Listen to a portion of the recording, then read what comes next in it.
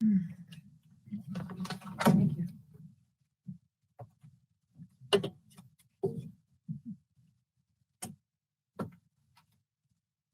Do we have a slide deck for this one?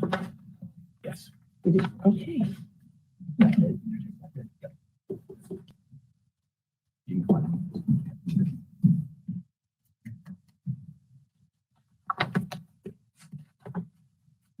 Just give us a few minutes while we get our, We're on, we're so almost there. until we're off screen, I think.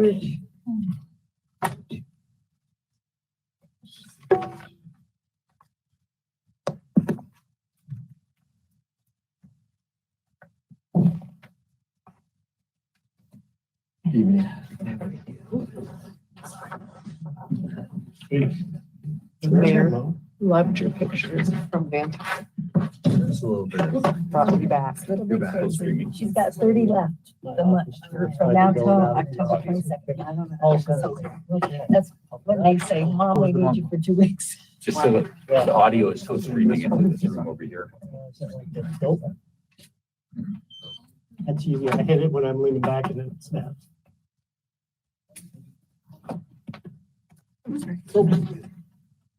No, yes, not really, it's still telling.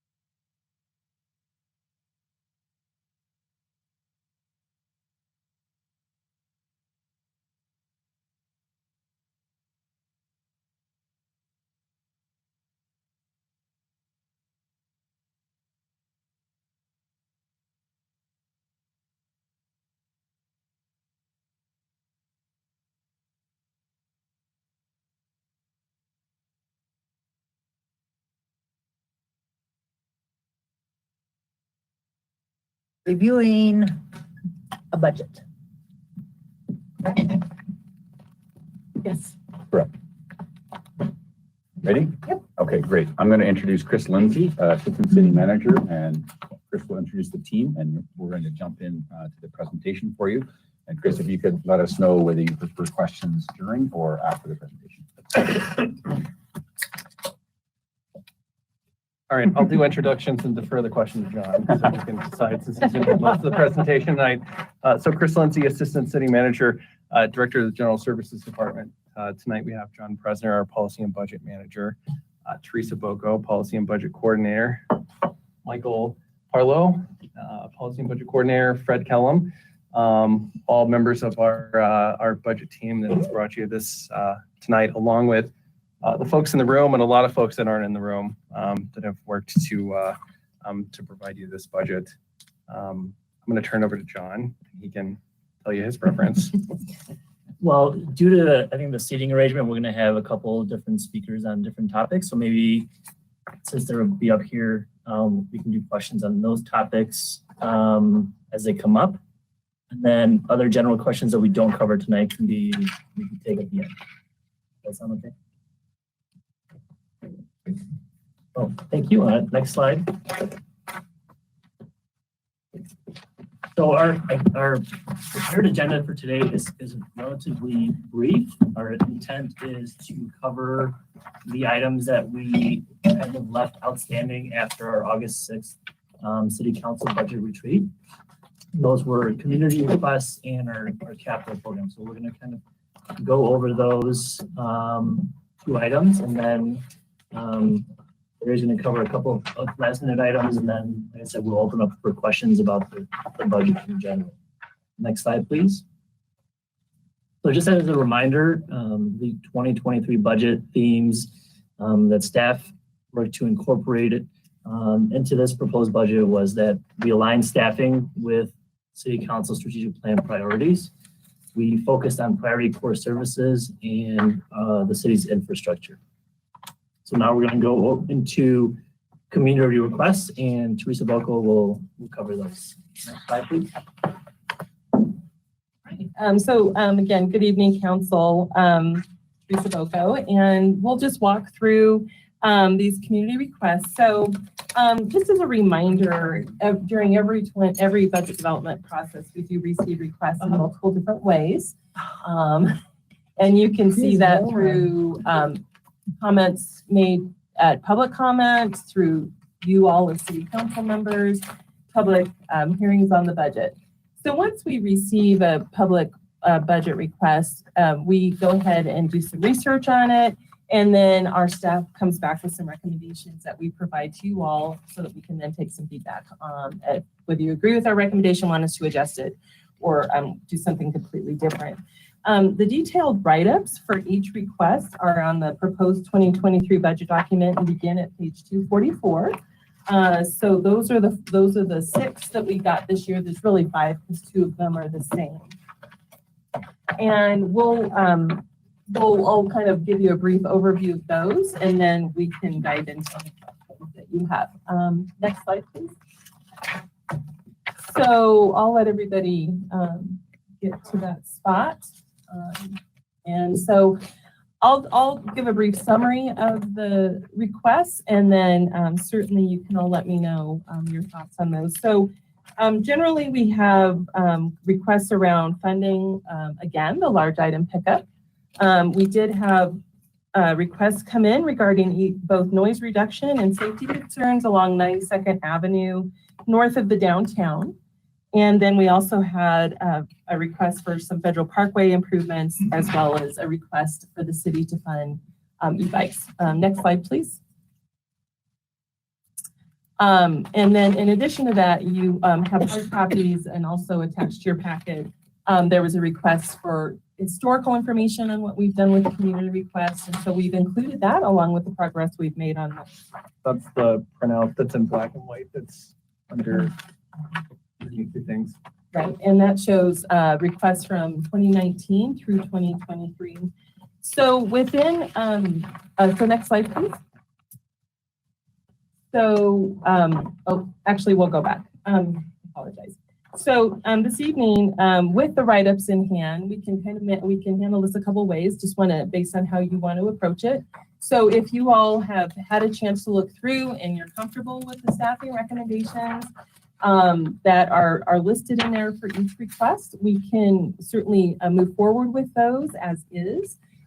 We can go through them one at a time, or if there was specific questions you all wanted to have addressed on any of those requests, we're happy to take questions that either I can respond to or we can have staff. There's so few, why don't you let me just say the first one with the 120th, is everybody okay with that proposal? Thumbs up? Okay. Yep, I hear no objection. Okay, great, thank you. Next one, rate rebates for e-bikes, they're looking not to recommend that for 2023. They say state incentives probably will be year-round. Okay? Control staff. Anybody that doesn't, speak now, forever hold your peace. We're good. We go back one slide. Yeah, there we go. Okay, large item pickup. I'm just gonna say, I know from some other towns, meeting with them, they've done things like, I don't know what you call roll-offs, those big things. They put those in neighborhoods and get people with trucks in those neighborhoods to help people get the couches or whatever to wherever and let neighborhood help neighborhood. And I've heard about it done different ways instead of a trash truck having to go every street in every subdivision, maybe for only 10 houses. So I know that there's options. I would like us to see something, but I see that you're looking at options. So anybody else? Yes. I didn't love the option of having to go somewhere with your large item. The whole point was large item pickup because there's not everybody has a pickup truck.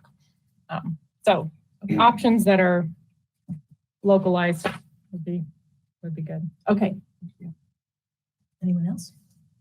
So I would say we're interested in at least looking at it. Yes, sir. Mayor Pro Tem. I would like to find some sort of option.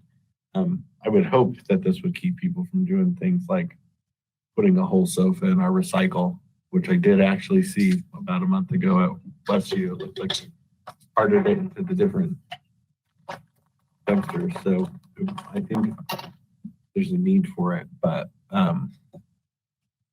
just in general on that kind of things, because that would be my concern about doing one area is trying to police it. And so obviously when we look at options, trying to figure out how we, if you did something like a drop off, I think it would have to be manning because otherwise people are going to use it. Which has been the, as you know, the unfortunate thing with the recycling that has many times talked about maybe we're going to lose it because people are abusing it. So, and I don't, and since we're on the topic, I don't know if there's any kind of like public education we could do through our social about the recycling and, you know, that at some point, if that kind of behavior continues that, you know, maybe it won't be around. I think people do like it. I recycle curbside, but I still use it because if you really are doing a lot, there's a lot of things that I can't fit every other week in my recycle. So different topic, but I think you're going to have the same challenges, but I would like to see something. So Baker? Yeah, I like the option. I think doing the options was good. And those options could include like, we could give out coupons because a lot of trash companies offer a large item pickup. Yeah. Okay, and so we might give a coupon to that user instead, or we might want to run it like we run, the shred-a-thon. And we might want to recruit, really deputy mayors and their pickup truck to get the people with the coupons. Our Mayor Pro Tem? I think it's actually a really keen point. Like I didn't even realize my trash company would do that, except I don't know why I had something I had to get rid of, so I called and asked.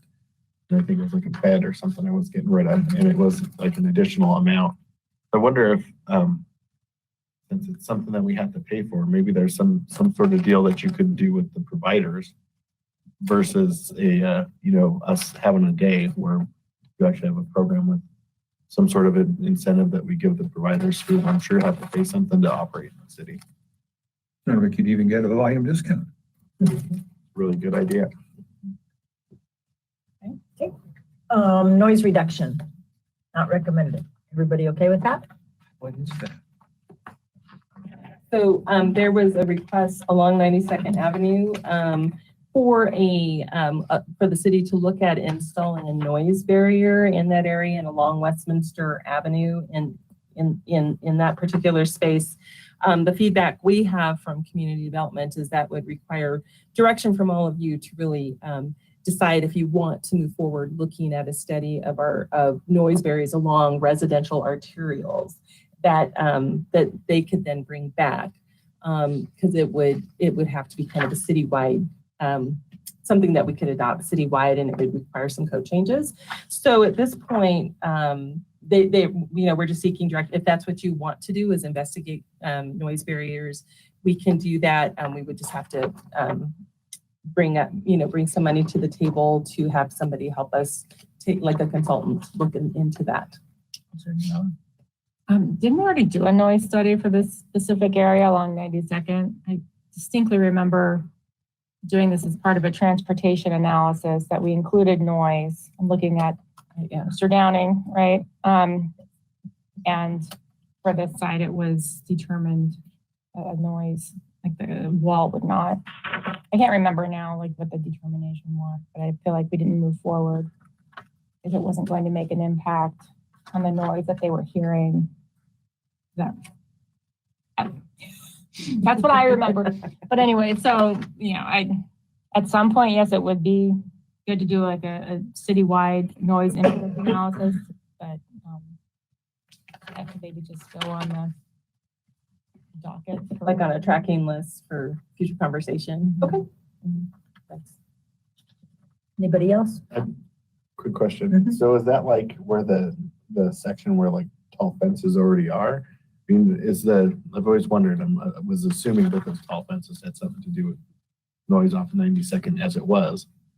And which the other part of what I'm like curiosity is, like somebody drove through one of those fences, and since that's not like a normal fence, who's responsible for that fence? And is that the purpose for the reason there are taller fences? Oh, now we've dragged them down. We can get you out of the corner yet.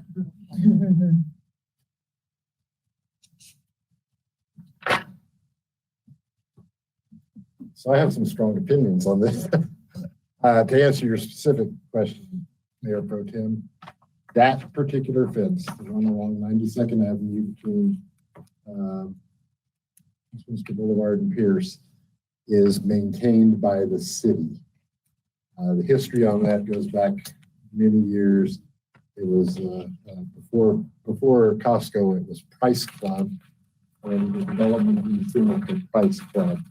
They wanted to make sure their public hearing went well, and so they asked the city to build a fence along 92nd Avenue for the neighbors. And that was back when some rookie junior engineer didn't know better than to make sure to get all of the owners to sign something saying they will maintain that fence. The city will build it and try to get the individual owners to maintain the fence. That young engineer learned his lesson there, and afterwards there have been a few other cases where the city has built a fence along the edge of a subdivision. We have that kind of documentation where the city's not responsible for the long-term maintenance. Our neighborhood's one of them. That one, we every time someone runs through it, we hire the contractor to come back and fix it. May I add, we could take this issue back and look at it from a data gathering perspective, and perhaps we may approach it citywide like we do. The evaluation, we could approach citywide like we do speed. So we wouldn't automatically go in and do speed enforcement. For example, upon a request, we'd first go and measure and see what the speeds are. And that would help inform the measures that might follow. So I think that what we could do is, if we wanted to, is look at options to measure the noise along our residential arterials. As you imagine, there's a lot. There's a lot of subdivisions along arterial streets. Councilor Numerello, to answer your question about a noise study, I don't think they're worth much, because a fence is not going to attenuate any noise. So you'd be talking about something that I don't think has been built anywhere in the city, a true noise wall. I don't think has ever been built anywhere. I've been in those neighborhoods around Sixth and They're sometimes, pretty darn ugly. sometimes it bounces so you have a Right. worse effect. Right. I'm not interested, I agree with your guys' thing is, I'm okay not doing anything. Flavor of the group? Yes, no? I wouldn't pursue it.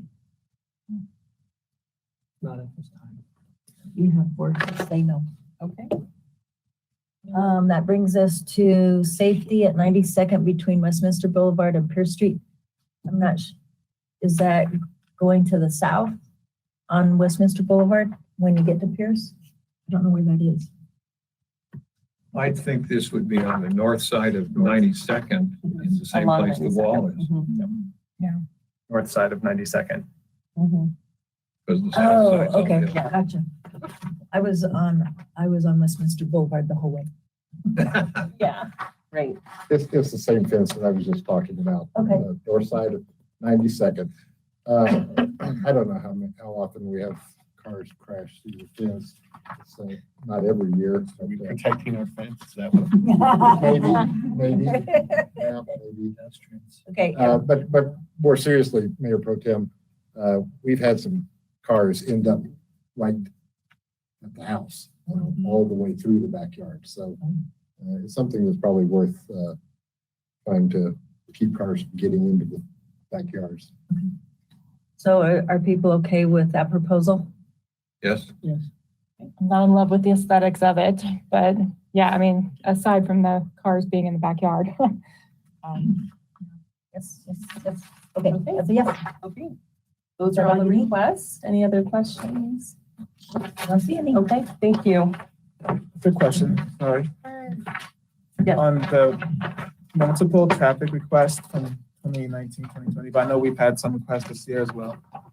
What's the plan for the traffic budget in terms of, so I know it's lower or it was reduced. I think we had a financial session where someone told us that it's a pretty low budget for getting like traffic signs, lights, etc. And there's been several requests this year on traffic. What's the status on the traffic budget? So you're talking about traffic signage, Signage, traffic signage? safety related, Lights, stop signs, lights, what? stop signs, all of it. Sometimes those are regulated by state, sometimes they're by our protocols, so it depends on where it is. So the one request was, for example, Independence between 88th and Wadsworth. The resident was told there's no money for it. I think that was in May or April.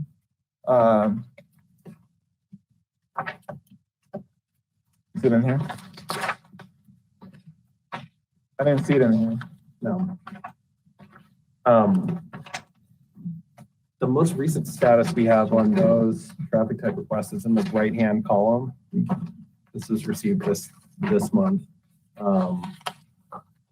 So we've done, let's see, 7 new rectangular rapid flashing beacons, 6 speed awareness signs, striping along 74th, and multiple speed studies. In terms of specific areas, I'm gonna have to have Dave to jump in and help us. So you sort of asked a multi-layered question. I'll start with traffic signals because that's the easy one. Traffic signals absolutely have to be budgeted separately because they're well in excess of $300,000 an installation these days. I can't, probably getting close to $500,000 by now for traffic signal installation. So obviously that's something that council would want to budget separately. The folks in our traffic section collect requests from citizens throughout the year, do an evaluation to see if it meets warrants. The only right way to do this is to have a system of warrants. Otherwise, you might end up with signals at every intersection. So we evaluate every request we receive to see if it meets. I can't remember how many of the warrants it has to meet to qualify for funding. Since it hasn't been discussed, folks, I'm assuming that means we didn't have any requests this year that met the warrants that we've established to qualify for even a request to council for funding. So that's traffic signals. I guess historically, I would tell you, Counselor, that city councils have never seen the need to respond immediately when they receive a request for a traffic signal that might meet warrants. Generally, there's going to be a 1 or 2 year lag between the time that staff has investigated it to make sure it meets warrants, that it's a good location for a signal. Then we approach council and talk about that intersection. I appreciate the fact that you seem to be saying, in case we get any, let's have a fund for it. I would recommend that we do it the way we have been doing, and that is identify the need, then ask council for the funding, and then you can make your decision in that next budget year. So that one example between 88th and Wadsworth on Independence, Yeah, that was, I think, a stop sign. yeah, that wasn't a traffic signal. That was probably, I'm thinking it was a flashing warning beacon of some sort. I think that was proposed that maybe that could be, but the problem is speeding. Right. And the Trying to resident slow was people asking down. for a stop sign, but I think a beacon was suggested. So a stop sign would be real cheap, but it's very dangerous also. Rule number 1 of traffic engineering is you don't surprise drivers. Putting a stop sign in the middle of a straightaway that doesn't have any need really from a traffic intersection type need is the last thing you want to do. So you don't want to try to control speeding with stop signs. Flashing beacons of some sort, just to perhaps one of those speed awareness signs that tell you what your speed is. They're not cheap, but they're certainly a lot cheaper than a traffic signal, and probably just as effective in that particular case of Independence Street. I'm familiar with the street. And if we don't have enough of those speed awareness signs, perhaps that would be the best solution there. Okay, so what then is the process for getting something like that going? I'm talking off the top of my head here because I don't remember if our traffic engineer has actually identified the need for that flashing speed So awareness sign. there was a response. It said it would be in the 2024 budget request cycle. Okay, thank you. And that in August of 2021, the city performed a week-long study at 3 locations along Independence. 2 locations were found at the 85th percentile. The traffic was traveling at 38 miles per hour along the portions posted at 30, so not significantly above the speed limit. The design process will include meeting with the neighborhood to hear from those that will be directly impacted as part of the design. Sounds like there's some stock that's still. We'll do some neighborhood contact during 2023, it sounds like, with the possibility of installing such a sign in 24, it sounds like. That's, I mean, just by what it looks like here. Yeah. We do have a capital program designed for this, which is the traffic mitigation program. We are funding it at a tune of $175,000 in 23. Is that enough?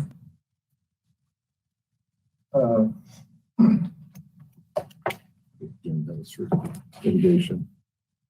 I think my question is, if it's gonna take that long, so 24 budget cycle for that one example, is that because there's not enough budget, so you have to really extend and plan things out pretty far Sounds to ahead? me it was more like a timing thing, where we want to have significant neighborhood outreach and get buy-in from folks. Because Design consultant. some people will see these things as annoying, so we do want to have significant outreach to the neighborhood. So it's probably more of a timing thing to do all of that during 23. You asked me, is 175,000 enough for traffic mitigation program? Personally, I think it is. That, traffic mitigation can come in many different forms. It could come in those warning signs. It can come in actual physical mitigation measures, speed humps, neck downs, things of that nature, which would be more than $175,000 for one. But we feel we're very confident that 175 would be a good number for 2023. We could get a few mitigation measures installed for that. Okay, thanks. Yes, sir. Sorry, can I just ask a quick question on that? So we're going through a bunch of community outreach for us, a speed awareness sign. Probably. That's it. It could, I can't remember, Counselor. It might also include some kind of speed hump of some sort. Okay. Seems like a lot of process for I know. But If the neighbors, coming from a believe me, planner. people aren't in agreement on speed mitigation. everybody wants a speed bump until they get one. Exactly. Well, I think that is more impactful than like just an awareness sign. Yeah. Tell me to slow down. Yeah, there was my hairdryer, looks like a radar gun. So each request takes that long. It's just like your normal personal budget, right? Something breaks in your house and now you gotta reprioritize what you gotta do in your budget. So it's no different at the city level. Something that we have to reprioritize, something comes up like a home explosion. Now we have to prioritize funding as far as how we allocate our dollars. Yeah, but that didn't take 2 years.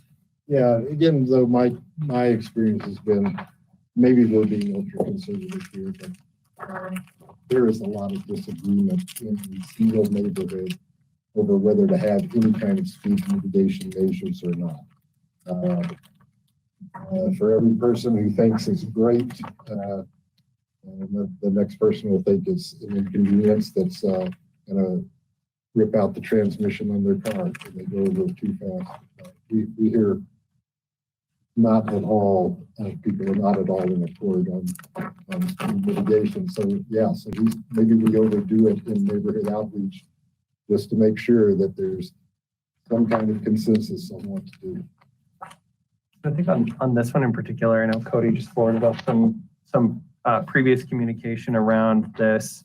I think maybe we go back and work with our traffic engineers to get a more updated status on this particular request. I think there was a response earlier this year. So maybe we get a status update and bring that back. That's acceptable. I do want to correct, that's 175,000 is for 5 years, for a 5-year CIP, so it's 35,000.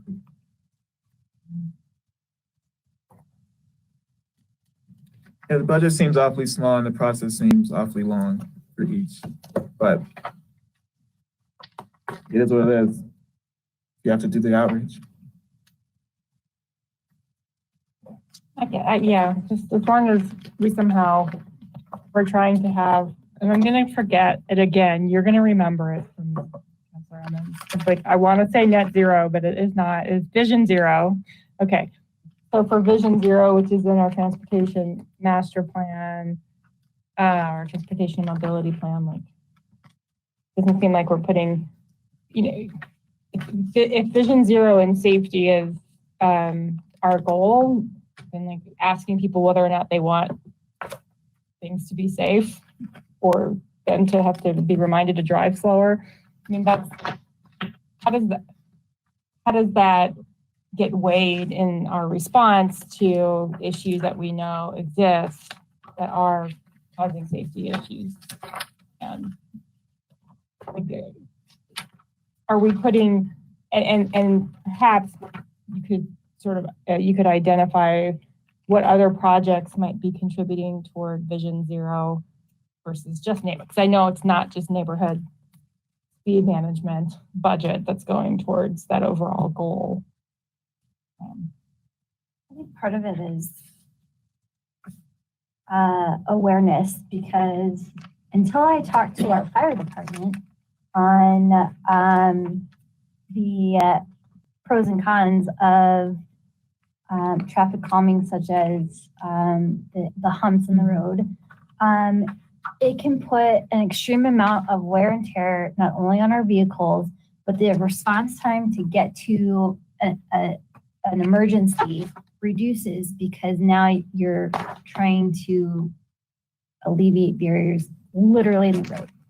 So while it has pros of reducing speeds in neighborhoods, you have to think of like the cost benefit of installing these. Is it really worth thousands of dollars of maintenance within our roadways and to maintain when we go back and overlay?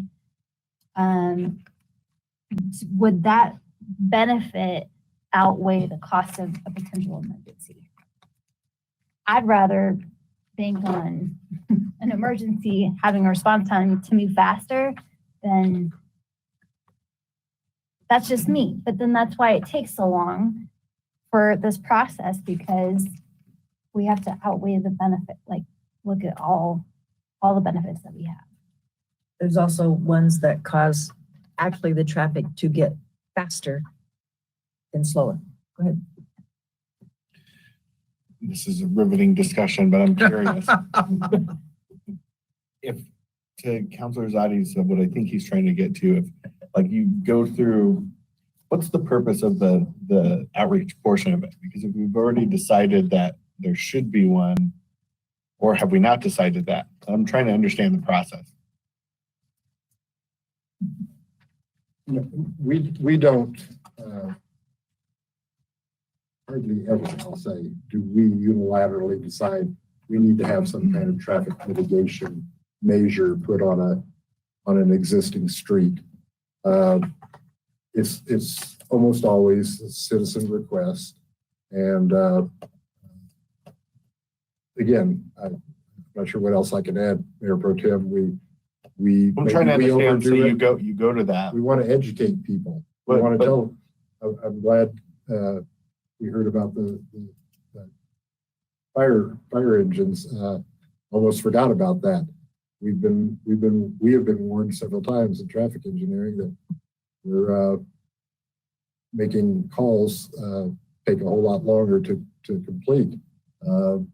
So we want to make sure people go into this with eyes wide open, that they know all the ramifications, plus the fact that they should know that their neighbors don't agree with them quite frequently. So it's not a vote. I mean, we don't take a vote, and that's why we probably don't have a whole lot of traffic mitigation measures retroactively installed throughout the city, because it's hard to reach some kind of consensus. That's what I'm trying to understand is, so you go into the citizen thing and is it going to happen anyway once you get to that point? Not at all. Not at all. You just kind of decide as you go through it? Yep. Through the public process, find out if there's a strong consensus to do it. So Zadi, you still in trouble. I'm very troubled. The proactiveness of it, new question. They only come from community requests, so we don't proactively look around and make recommendations. Is it only initiated via community requests? That's what you said? Mitigation measures? Yeah, probably so. Probably, Is that because of budget, resources? Why are we not proactively going out there and making sure? Because I know that there's lots of people that have complaints that would never come to the city or would bother to request it, but they complain about it, right? Or they'll talk to us about it, maybe, or they just keep it to themselves because they don't historically even know how to get in touch with. And so why wouldn't we want to proactively? I think it's just a matter of how to deploy our resources. That would mean doing speed studies, thousands and thousands of speed studies throughout the city, which probably change from year to year. The results of those studies would change from year to year as we see more development, things of that nature. I guess past councils have not seen that as a good use of city resources to do speed studies on every stretch of collector or sometimes even local street. Obviously, we wouldn't do it on arterial streets. We wouldn't do any kind of traffic mitigation on arterial streets, but on collectors or some kind of major residential streets. That's a big undertaking to do a speed study on all those stretches. So I'm not saying that you should do it everywhere, but I'm saying there are some obvious spots. I mean, every employee here drives around the city. It's at sub capacity, and maybe even taking a small sample once a year, doing different parts of the You're city. correct. We have a good idea of which collector streets perhaps might encourage speeding the most. And if you're suggesting that we do a speed study and then the city initiated effort to do some kind of speed mitigation, we could do that if that's council's desire. Again, I think there would be a need to get significant neighborhood input, more input from our fire department on the effect that might have, whether that's a major route that they use quite frequently, that sort of thing. And it's certainly something we could do if council desires us to be more proactive in trying to identify stretches of collector streets that experience a greater amount of speeding. I mean, I guess I found it effective over my career to rely on residents to tell me where they think they're seeing a lot of speeding.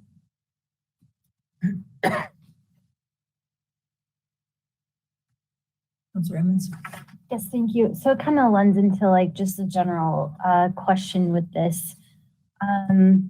Because there are some times where I have looked through emails and such as this one, it didn't end up on here. What can you walk me through the criteria as far as if we have a process that reflects that we've looked at it, we're good. And one of them, namely, is Pecos on 116th. That has come up a lot with traffic and safety. I understand the reasons why. We've just walked through kind of what this process looked like. Similar process with the traffic calming in that area. The other request came in for 72nd and Yates, and I didn't see that on here. And then there's also some ideas that come to council. I'm not saying every single idea we should put on a list, because then that would be really burdensome. But like, what's the criteria as far as moving it forward to say this is something council should look at for funding? And again, you're specifically talking about speed mitigation. For those two, yes. Those two have specifically come up. One at Pecos and the 116th, my time on council, that has been an issue at least every year.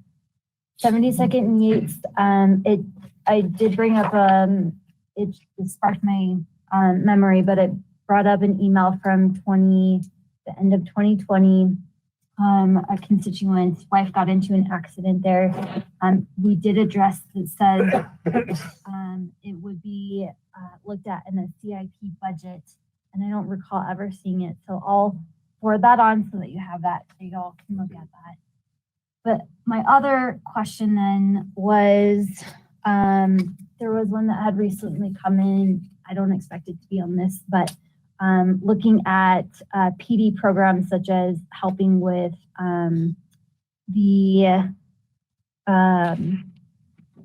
catalytic converters and creating some kind of community program kit that would help like reduce thefts.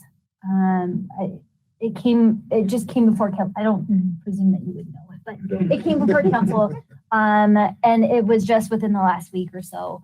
But like, that's a programmatic item that maybe could be costly, but like, what criteria then needs it to make on here to say, yeah, we should look further into that? Okay, I can tell you the two locations you mentioned, checked with traffic engineering to see why that wasn't reported back to council. My vague recollection from 116th and Pecos was I thought some kind of flashing beacon was put in conjunction with that first development that occurred on the tri-state property a few years ago. No, I'll have to find out on the follow-up. Not recently, I've been past there quite often. I remember a speed study was done along Pecos and it was like everybody was within about 45 miles per hour, so it wasn't deemed like The default for that area has always been that you're following the manual of uniform traffic control. I get that, but that's always been an issue since I've been on council. So then at what point then do you deem it as a request that needs further review and further? Yeah, I don't have an answer for you, Counselor. I can't quote criteria to you. Pecos makes me nervous because it's near a communal-sized street. It's, I guess you would call it a major elector. And again, you probably run the risk of more harm than good if you try to put in any kind of physical devices to slow people down on a street of that size. That said, that doesn't mean you can't do anything to try to warn people of the need to slow down. I don't know how effective that is, but that's certainly an option that we could do there. 72nd and Yates, I don't remember at all right now. And I wouldn't expect you Yates is close to Sheridan, isn't it? Yes. It would seem odd that you would do any kind of traffic mitigation that close to a signalized intersection. And maybe that's why, but it was brought up. And maybe that answer just didn't get conveyed back to council. Yeah. I'll make sure that it does. And then other programmatic pieces like big trash or large trash item pickup, and like I just would like to understand a little bit better kind of to Councilor Rosati's and Mayor Pro Tem's points as far as like what's the criteria that we move it forward and keep it on here, or at least have someone look at it so that it's not falling off the scope. I guess that would be my request. Just to add to yours, because Pecos, I've heard about it pretty much the same as long as I've been on, and I've been on a few years longer. I'm just curious on, and I mean, I understand about it being a busy street, but I think about some neighboring cities. One that sticks out in my mind is in Wheat Ridge. 44th is probably one of the busiest streets in Wheat Ridge. And I remember when they didn't have the flashing lights versus now. I do think that they make an impact. And they've so much so that Wheat Ridge has extended where they had them. Originally, they had them near coming down the hill towards Garrison, and they saw a change there. And now if you go down past Kipling, they actually have them down further down 44th on Kipling. So I feel like that's a pretty busy street, and they seem to be making an impact where, people see those flashing I lights. drive 44th frequently, and probably at least 3 speed awareness signs between Wadsworth and Ward Road. So you're right. I mean, that many reminders has to have some positive effect. And of course, if you can have a cop out there every now and then, that reinforces it more. I guess my point would be, I would be in favor of trying to look at that on Pecos, just because I don't think that's a complaint. And I think something like that makes sense, that you don't want to, I'm by no means a traffic engineer. But I understand just in general, what you're saying. But I think that might be an area where there would be a good candidacy to do something. Okay, I think we have beat that one to death and we need to move on. Thank you. If we can move to slide 7, please.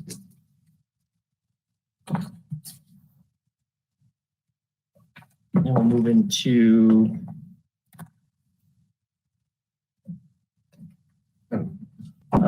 back one slide. There are different slide numbers that I'm looking at, slide 6. There it is. Good evening, Council. Michael Parlow, Policy and Budget Coordinator. So turning to capital improvement plan in the proposed budget, this bar chart shows historical spending as well as the 2022 and 2023 budgets by fund, save for the water and wastewater funds due to kind of their large year-to-year variability in spending. To give you an idea of the trend, you'll notice 2021, there's a little bit of a spike, and that's due to Gulf revenue bonds being taken out for improvements to Legacy Ridge and Walnut Creek. However, you see that 2023 represents a 14% increase over last year's this current year's 2022 CIP budget. And this is in direct response to Council's direction of making greater investments in our infrastructure and, of course, to better provide core services. Next slide, please. So, of course, there's a comprehensive list in the proposed budget document, but we wanted to give you a few major highlights of the proposed CIP, and many of these were discussed at the budget retreat last month. And so the proposed CIP includes major investments in street maintenance, such as the $2.2 million for arterial roadways, and improvements to Federal Parkway, which we actually just discussed in Teresa's presentation. Next, we have spending on public safety, including fire department facilities and improvements, and police department communication systems. Parks, recreation, and library projects, such as maintenance of our recreation facilities. Of course, renovations of other city facilities, HVAC replacements, municipal court improvements, and security upgrades across the city. And then last but not least, there's a $1 million contribution to Jeffco's Homeless Mitigation Center. And next slide, please. So these next two slides are tables taken directly from the proposed budget and give a good overview of 23 to 27 proposed CIP by fund and then by department. Some major highlights. First, by fund, you'll notice that for 2023, largest amount is the General Capital Improvement Fund at $25.3 million. These include a lot of the major investments that we just talked about, such as street and facility improvements. And then you'll see from 24 to 26, the very large amounts in the water fund. That includes the $150 million placeholder for future solution of the aging Semper treatment plant. Next slide, please. So this is broken out by department. You'll see the largest amount is in Public Works and Utilities, accounting for both the water and wastewater funds, as well as the street maintenance investments from the general fund. PWU is then followed by Parks, Recs, and Libraries, Community Development, and then General Government, which supports all of our departments and includes vehicle and other equipment replacements for our public safety personnel and other city employees.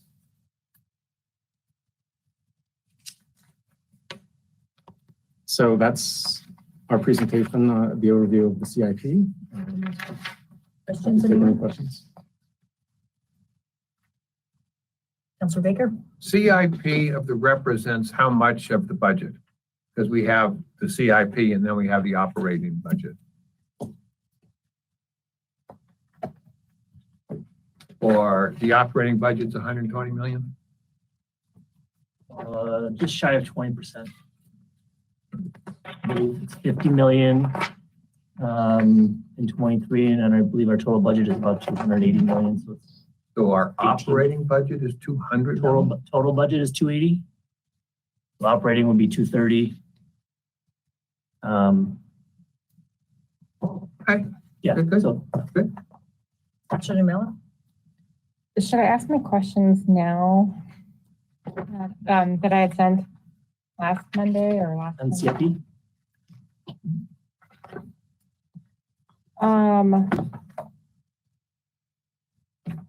One of my questions was like, just the assumption for the water tap fund that is feeding into our, our budget is that we're assuming like $5 million annually for water tap fees.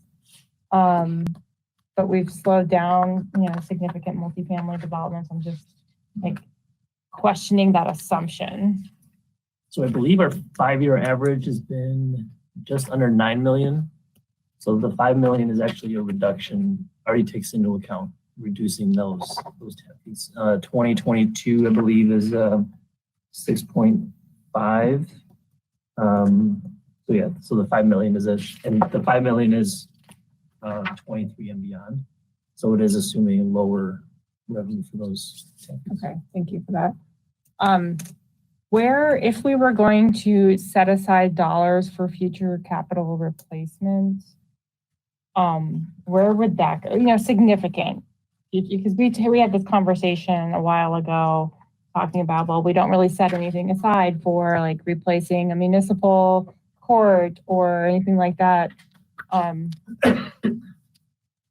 Where in our budget would we put that? And then just what is the response towards doing something like that? So Thanks, Counselor. Why don't I take that? One of the things that we discussed last month at your Saturday budget retreat was just that, and that's your strategic plan objective. I think it's 5.3. It keeps me up all the time thinking about it. But one of the things that we talked about is the upcoming retirement of debt for our city. Obviously, this is our operating and kind of our short-term capital plan because being 5 years out, our team would like to come back to this council at the appropriate time and talk about the upcoming retirements of debt, a schedule of replacements, things like fire stations. We talked about the Public Safety Center, and of course, our municipal court. And I know our judge later tonight is going to be inviting you down for a visit to the municipal court to talk about the facility and services and security and so forth at the municipal court. So our team would like to bring that back to you in a more comprehensive retreat type environment. Probably difficult to cover that even in an entire study session. And then talk about how other communities along the Front Range have been able to address those long-term capital needs so that you can meet this strategic plan objective. But I think for tonight and for the sake of the adoption of the 23 budget, that's more than we could probably bite off here at this hour. But we would very much enjoy coming back and helping you address that strategic plan goal. Okay, so yep, definitely not in the budget at the moment, right? And then I don't know where arts and culture might land in terms of budget. Page 183 to 184 in the proposed budget. So they are a cultural affairs division. Then they also have a few capital item projects that are included, including 500,000 for art, culture, and communication management, and 26,000 for the historical artifacts archive. Okay, I obviously missed that piece. Thank you.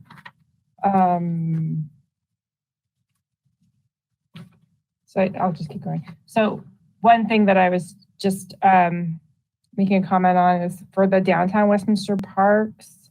There were some other like West and I can't remember what other parks, but like West and East Park or something. But the southern portion where we already have development along there, and that's along 88th Avenue. It's just been elements that just needs some maintenance. And for a long time, I know when I was still working at the city, that was something we were trying to get done. And I still feel like that hasn't been improved. And so since it is the entrance, one of the key entrances to the downtown and the city, I just would love to see that included in the allocation for improvements for those parks. We're talking about the same space, the 88th Avenue frontage of downtown. They are doing a design process right now with updates to landscaping. Okay. And they're expecting that to be done in 23. Thank you. I was wondering if you could provide what an example might be that would be covered by the historic Westminster revitalization budget. Is there a specific project or projects, or would those come back before council? It's just like a bucket of money that would just be allocated by staff, or would that come back to us? So yes, it's essentially a bucket of money for those related projects. To give you some examples of activities that would be funded by that, is matching funds for the 72nd corridor study, tree and brick replacement and streetscape maintenance along 73rd, utilities for the rodeo building, tree watering, Harris Park parking study, and some money set aside for 73rd and Lowell. Thank you. That is really helpful to have those.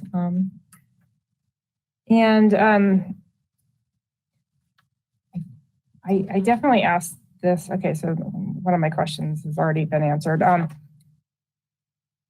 What I didn't see were, I remember last year we had a presentation by our co-responders, and I remember there being a mention of that we were going to expand that budget or expand the number of folks. And I just was curious. I just didn't see where exactly that was in the budget.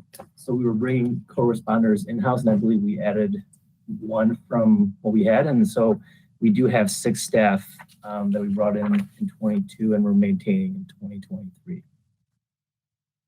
Okay, so we're not, we expanded it We this expanded it in year. mid-year 22. Thank you. Okay. And that was part of the 1.6 million reallocation that we did with other vacant staff and streets as well as included.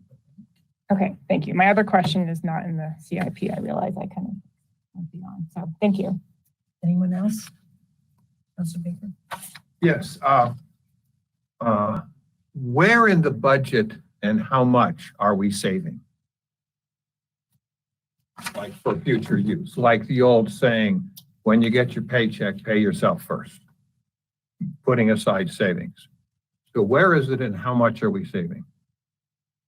I think I can answer that just related to capital. Well, first for operating, we do have revenue stabilization reserves and general reserves, which were available for example, the pandemic, certainly economic downturns, recessions, whatever the case may be, so as to stabilize the revenue of the city for short-term needs. In addition, in our capital funds, we're accumulating money in both the utility and in general facilities toward certain capital projects. So for example, the municipal courts, we've accumulated some savings as it was for the eventual replacement of that. Now, we have some funds, many of these capital funds that you've seen here, we won't be able to accomplish some of the projects for some period of time out into the future, but we haven't designated a specific amount of annual income to be designated for specific savings.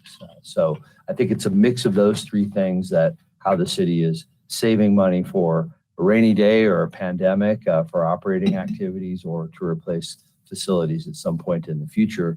But as I mentioned with Councilor Namella's question and your strategic plan objective, that's falling short of having funds set aside to replace all of the city's facilities, technology, vehicles, et cetera.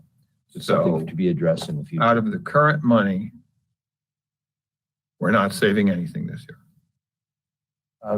Chris, I don't know if you could comment on the specific amounts we're increasing for our general reserves, our revenue stabilization. I think we increased both of those in the last year. And then one of our capital contributions are toward future projects.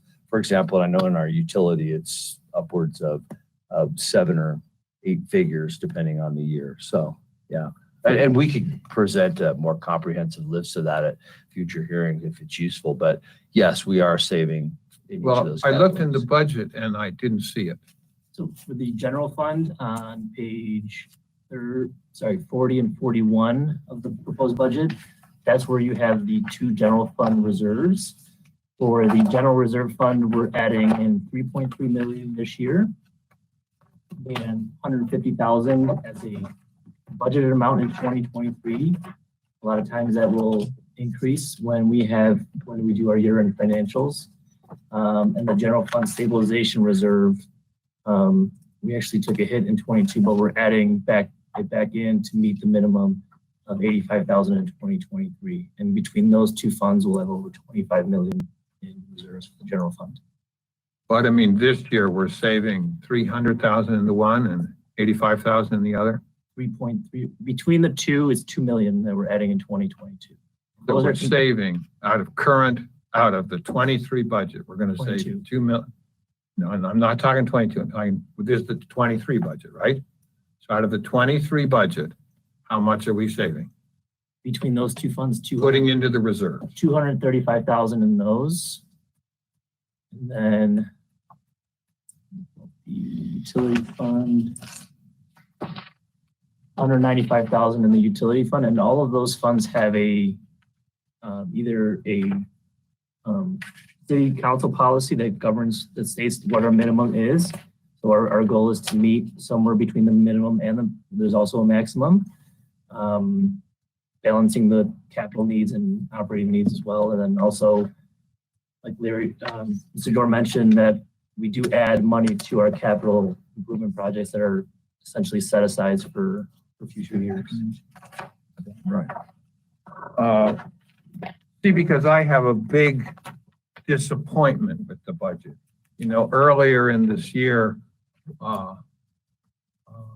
Councilor Seymour and I talked about a zero-based budget to try to get to it. We talked about giving arbitrary guidance to the budget people, like we want 150 staff positions cut, or we want a certain dollar value cut. Okay, and this group thought those were sort of arbitrary, which they are. But here we get to the budget and it's exactly what I feared. There's no thrift in this budget at all. I don't think there's really proper stewardship of the taxpayers' money.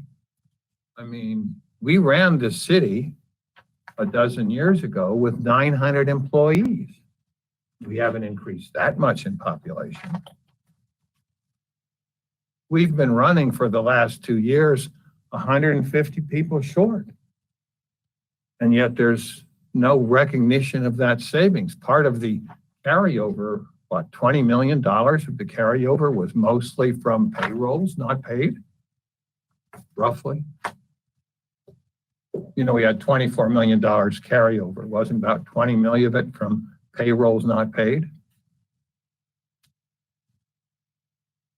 Don't have that off the top of my head, but Payroll's not paid, revenues over collected, but I think that's a topic for the counselors to think about the priorities for those targeted budgets and so forth. Mayor Pro Tem? Well, I bring it up because I see a lot more savings than a few $100,000. Orders of magnitude more savings. And I think if we were really true to our stated goals of stewardship and thrift, we could make a better job of accomplishing those goals. So I'd really like us to look at that, because I think it'd be very fair questions for our citizens to ask us. So where is the thrift? Where are the savings? Where is the increase in efficiency? Aren't we supposed to be all doing our jobs better, faster, quicker, cheaper? Isn't that a goal we always should have? And I think we really need to do for it. And I don't think our goal should be to spend every nickel we collect. So I'm disappointed with the budget, but thank you for presenting it. Mayor Pro Tem. I see what you're saying, but I guess my question is more along the lines, and this is why I don't want to do arbitrary cuts or feel like you have to save, because saving's not good, but because what's the list of things that need to be accomplished in the year?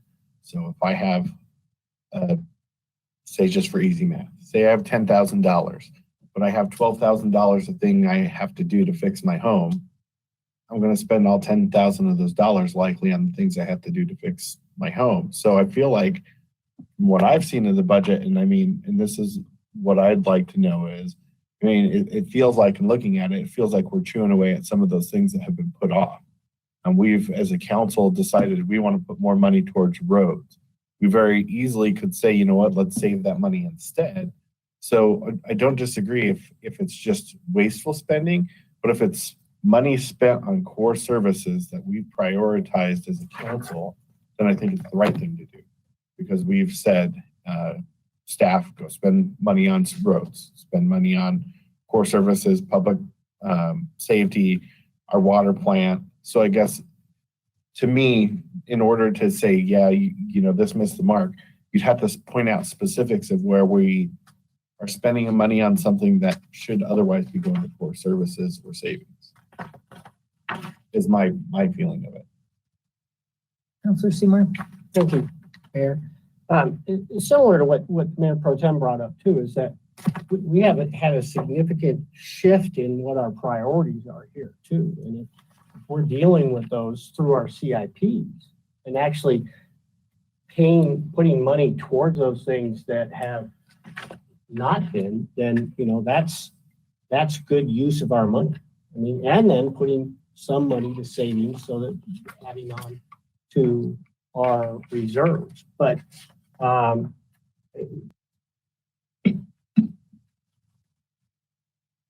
and I listened to the budget retreat a couple times.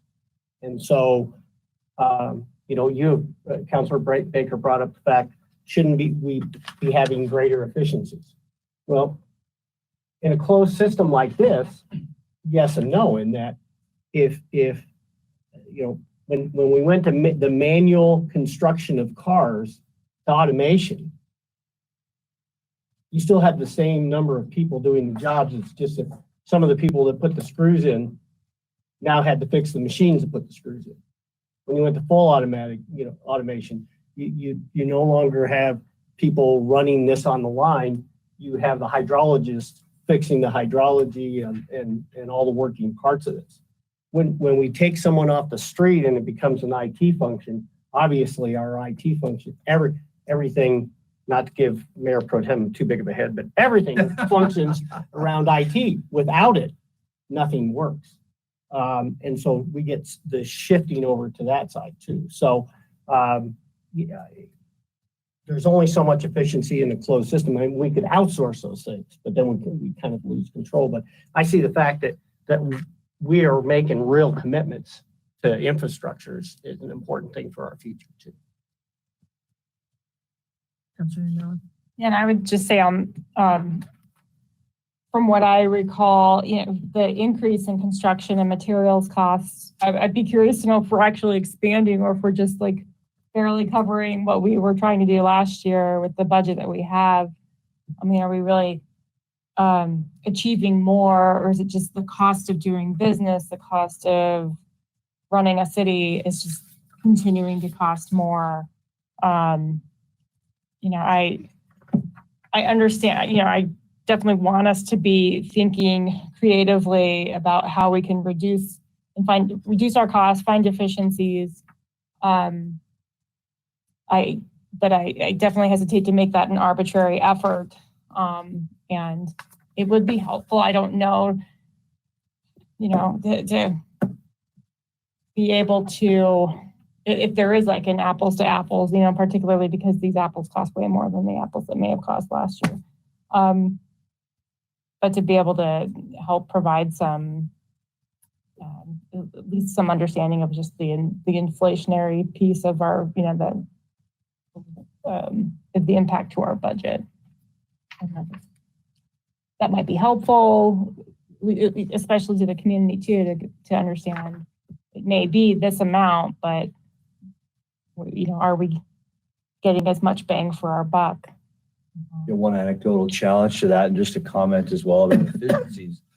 You know, earlier this year, council added funds for our street resurfacing program that kept the lane mileage resurfacing at the same level, but most of those added funds were chewed up in increasing costs of asphalt and the petroleum base that goes into the production of asphalt. And that's repeated in some of our other operating areas as well. I'll just tell you, we are relieved to see fuel prices decreasing, of course. But another thing that has to be said about efficiencies is calls for service.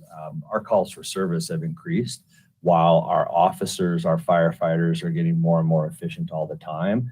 The phone is ringing. And that goes for our utility billing services and all of the needs across the city. And I think the council feels that too. It's citizen outreach and the number of emails and phone calls and tweets and Facebook posts that you're receiving as well. The expectation for engagement just continues to increase. So those are a couple of challenges. And our biggest payroll savings is in our high cost departments, like our police department, where you know about our vacancies and what we're doing to attract officers. And those are the substantial areas for payroll savings. So it is a challenge, but we're up for it, obviously, and attempting to continue to meet the cost increase. And we will pave more miles next year than we did this year. We paved more this year than we did last year. So I think that's something in our annual report to our citizens that they'll see the number of lane miles that we're covering, and the cost per lane mile, though, continues to increase.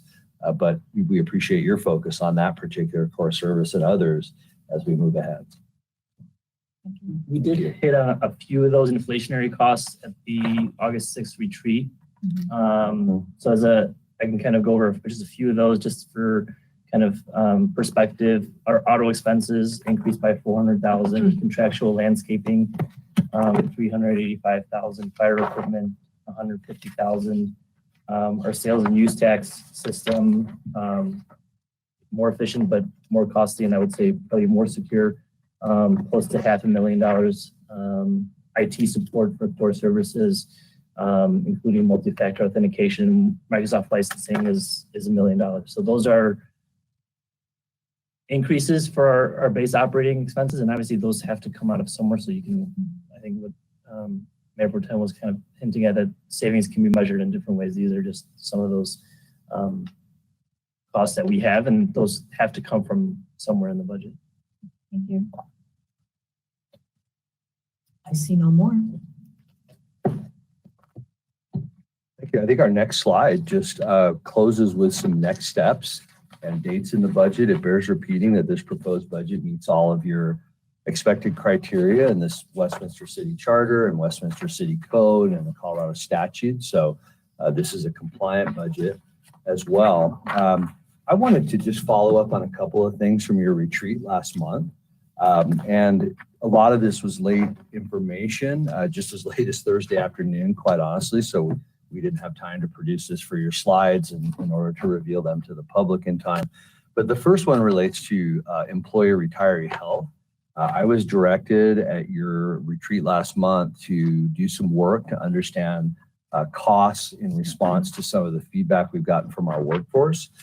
First, let me just, for the sake of the history, for the last couple of years, this has been an area of interest to the City Council and to the workforce. And of course, we're in a highly competitive employee market and wanting to both attract and retain workers. So beginning this year, after a comprehensive study, in January, we began offering retiree health with an employer subsidy toward the cost based on eligibility. And that eligibility was either 30 years service at a minimum of age 50 or 25 years service at a minimum of age 55. And we got feedback from our workforce that there were some gaps in there. The 53-year-old with 27 years of service, most folks are used to a simple rule of 80 with a minimum age of 50, by the way, because this benefit folks are eligible for until they reach the age of 65 and then are eligible to join the Medicare program. So we did some work on that, and we know that this is a program that costs about $200,000 a year. And the increase in cost to move to a simple rule of 80 with a minimum age of 50 is a $20,000 a year increase.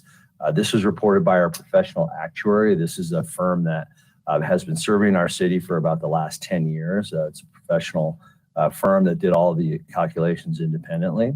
And also, we asked for a report if we were to give a credit for workers who came to work for our city with law enforcement service and retired as a law enforcement officer at our city. We did a couple of things there. One, we wanted to kind of understand and find a way to make that connect to our step and grade for our officers. We're now on a 5-year step and grade. So a new officer reaches their top step in 5 years. It was 6 years just earlier this year. And we feel that this could be an attraction and retention piece as well. When we looked at the cost, the increase was about $10,000 a year, or about 5%, to offer up to 5 years of previous law enforcement experience. We felt that that matched the step and grade piece, and also struck the right balance for those of our officers who would have, 10, 20 years service with Westminster. We wouldn't be attracting folks, necessarily just to take advantage of retiree health. So I asked our chief and his command staff to survey informally a number of officers, and they asked for me to look at that on a 5-year basis. So those two changes would add an increasing annual cost of about $30,000 a year. And so I'm ready to receive your feedback on whether or not that might be something we would implement beginning January 1st. And once again, that was for Westminster police officers who retired and were eligible for retiree health and had 5 years of previous law enforcement experience. So with that, I'm ready to get some feedback on retiree health. And then the second item that I was asked to research was workforce education assistance. This is something that we're reading about on a national level. Society of Human Resources and so forth have really been considering and trying to attract workforce people in the workforce who need education assistance, either loan forgiveness or tuition assistance, those kinds of things. And the data point that we were offered was the City of Arvada. So we reached out to City of Arvada to understand their program. And they do have tuition assistance, by the way, as does our city. Our city just increased its tuition assistance from $1,500 a year to $2,500 a year. That went into effect at the end of the first quarter of this year. So we're already much more competitive in the market there. And what we learned is that law enforcement officers at City of Arvada, officer and sergeant, receive on their biweekly pay a 1.5% bonus if they have a college degree. So this isn't tuition assistance. This isn't any college degree, by the way. This isn't tuition assistance or loan assistance for officers or other employees who come with student loan debt and so forth. So because that was just one data point and it was a little mixed, I think, from maybe what council understood and from what staff understood, and because we're very just perhaps 6 months away from negotiating a collective bargaining agreement once again with our police department, we'd like to perform, staff has a recommendation on this, but we'd like to get feedback. We'd like to undertake a more comprehensive survey as to what's happening in the market with both tuition assistance, loan forgiveness, and if there are any other bonuses for supplemental experience. So with that, Mayor, I wanted to get a little feedback on each of those follow-ups and any direction to staff to make any modifications for the next step in your budget process, which you see up here is October 10th for a first reading. Neither one of these is incorporated in the proposed budget that you have before you, so we'd want to get your direction tonight, Mayor. Okay, so Thank let's you. go with the first one with the retiree, and you said it's $30,000 added? It is. Yes, on both parts of the package. Yes. How many people do we have in the retiree program? I know I asked this, but I forgot the answer. Oh yeah, beg your pardon. Yes, we do have 9 retirees, which is pretty well right on schedule with what the actuary predicted. Now we only have, 8 months of experience, but that was remarkably close. The average age of those retirees is 62 years old. So we pay roughly $20,000 for each retiree. Yes, we do. And I should say that's made up of 2 costs. One is the cash supplement, which is about $5,000 a year. And then there's the implicit cost of carrying folks that are older than the city's average healthcare participants. So about $20,000 per. And of course, there will be folks who come off of the program as they reach age 65 and new folks coming in, but that's remarkably, that's what the actuary estimated, and that's about what we're experiencing at this point. And we've looked at just offering them a supplement for them to buy insurance on the open market, right?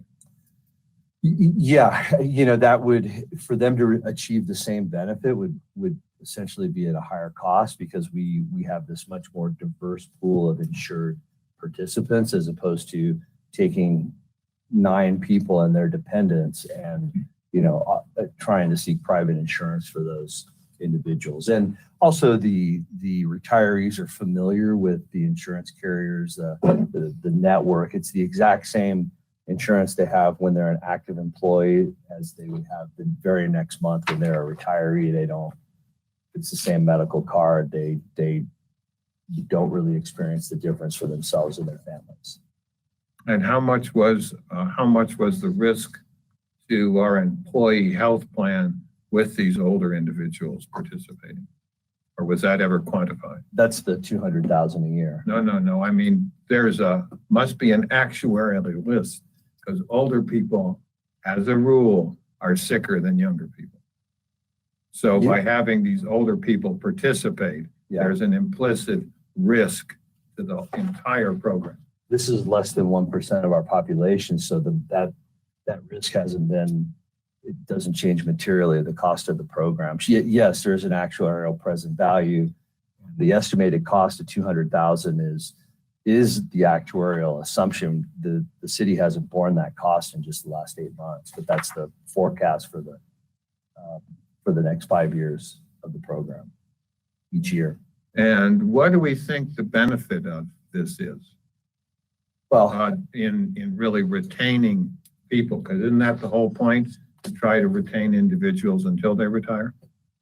yes, clearly some folks who are mid or late career could choose to go to one of our neighboring cities that, if we didn't offer a retiree health program and others could speak to this, and our neighboring city, one of the things that drove this is the city of Thornton is offering this for their police officers and firefighters that could, we could see folks migrating to other cities that offer it.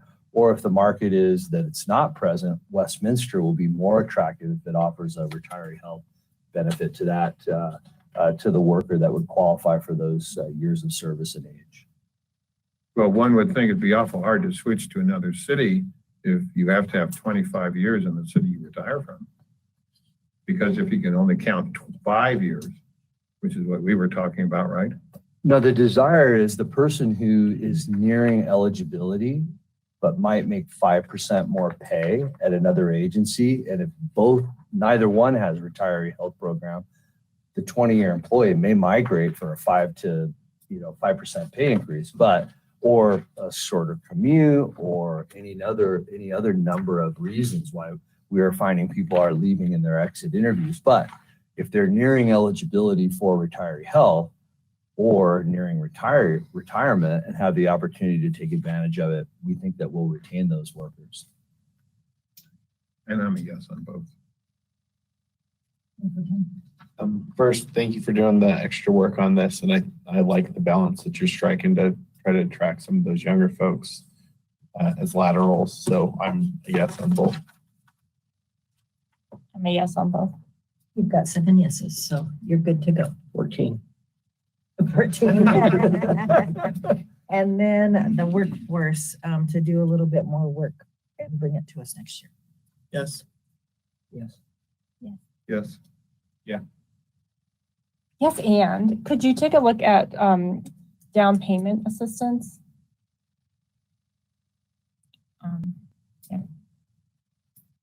I know there are some existing programs in the market. We'll try to compare those with, I know Metro Mayor's Caucus has had a program over the years. We'll try to take a look at that and just see what's present in the market with our housing partners first. And if we're doing some measure of survey, we might be able to look at that at the same time. Yeah, I feel like Commerce City has a program, and I can't remember what other cities right off the top of my head. And I know a few of them do have that. You've got 7 yeses on that. And then I just have two things that I didn't know where these went, but, and they don't have to be answered tonight. You can, because we're meeting tomorrow, if you want to help explain this. On page 59 and 60 and 61, I do not understand our parking management fund. And I wouldn't vote against this just because of that, but I'd like to understand it. And then with the HSB for next year, I would really like to see in their form that they have to fill out, how many people they service in Westminster. I'd like to see how many people that participate in their, whatever it is, from Westminster. That should be a criteria. And I would love to see that in. That is on there. Yeah. It's not reported out. So I would really like to see that. So when we fill this out next year, Yeah, it's on the field. let us know how many that is. With that, Mayor, we can add that to the chart that we have in the budget moving forward. So we'll have that back. perfect. It's just nice to know. Thank you. And thank you. Great budget. Mayor, do I need to talk with council about? Oh, yes. You want to raise something? Say it now or forever hold your peace. All right, are we okay with increasing our funds to North Metro Arts Alliance to 2,000 as historically provided? Who are we going to take it away from?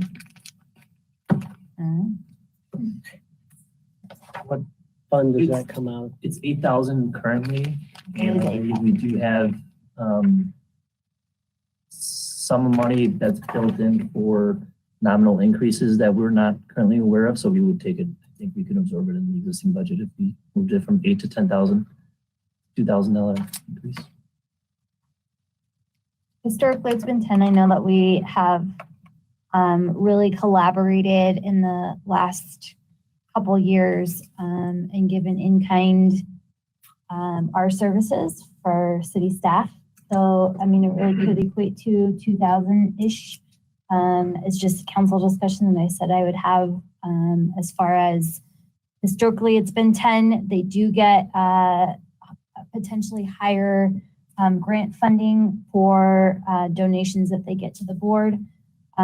So it's really up to council. But like I said, we've partnered really very well in the last year and a half, 2 years, to help with the in-kind on their end.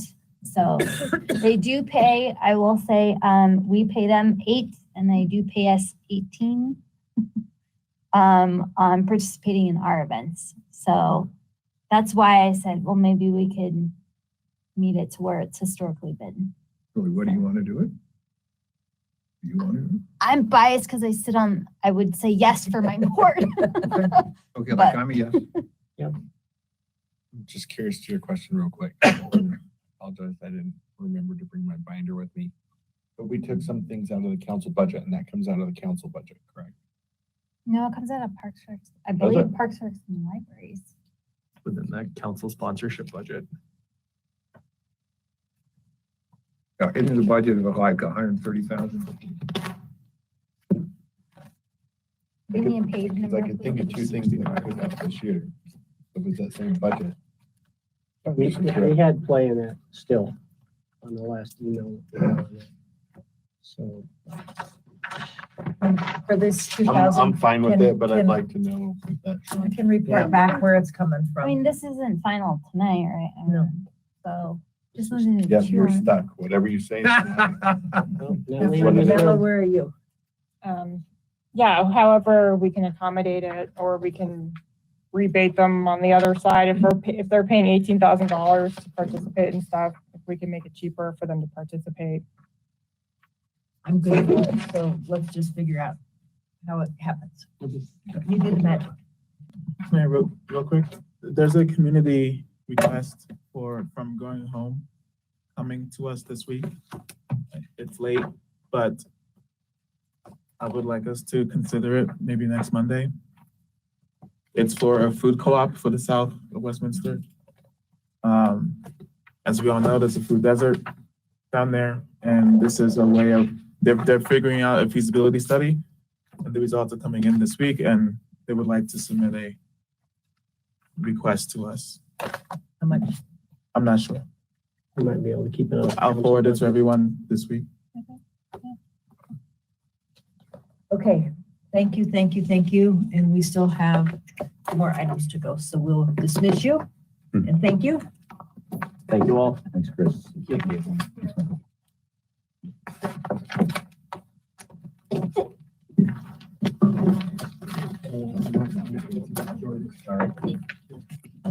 That's okay, you spend all your time looking good to find the best. Eric, you want to? I didn't get anybody asked. I can roll. 6,000 left and yeah.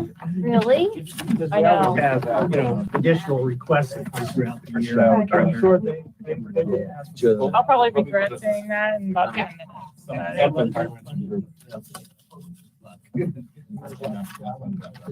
Right. Oh, wait, we're not done already. One more, Getting ready, like it's over. one more public item, presentation on, funds response. And then an executive session afterwards. Sponsorship.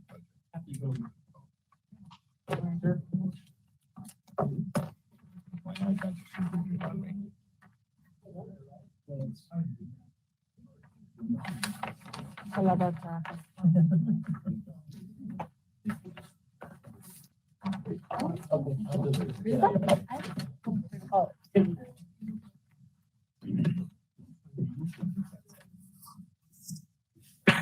thought I told Jody it's never in here. It should be.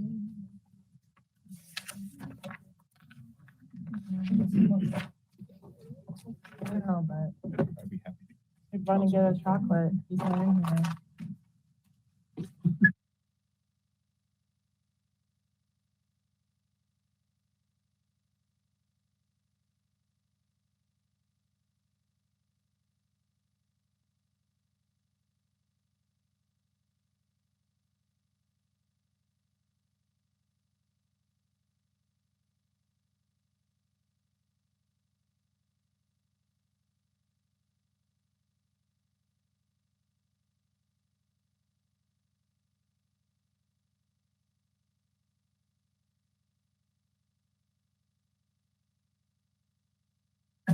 Emergency supply, man. No problem. Great. Ready, Mayor? Okay, thank you. I'm going to introduce Tommaso Mischler, who's going to take the lead tonight, and we do have other staff who will be presenting on this topic, but we'll flow through that, and Tommaso will introduce. Good evening, Mayor Pro Tem, and councilors. With me tonight is Eric Usselberger. Where are you, Eric?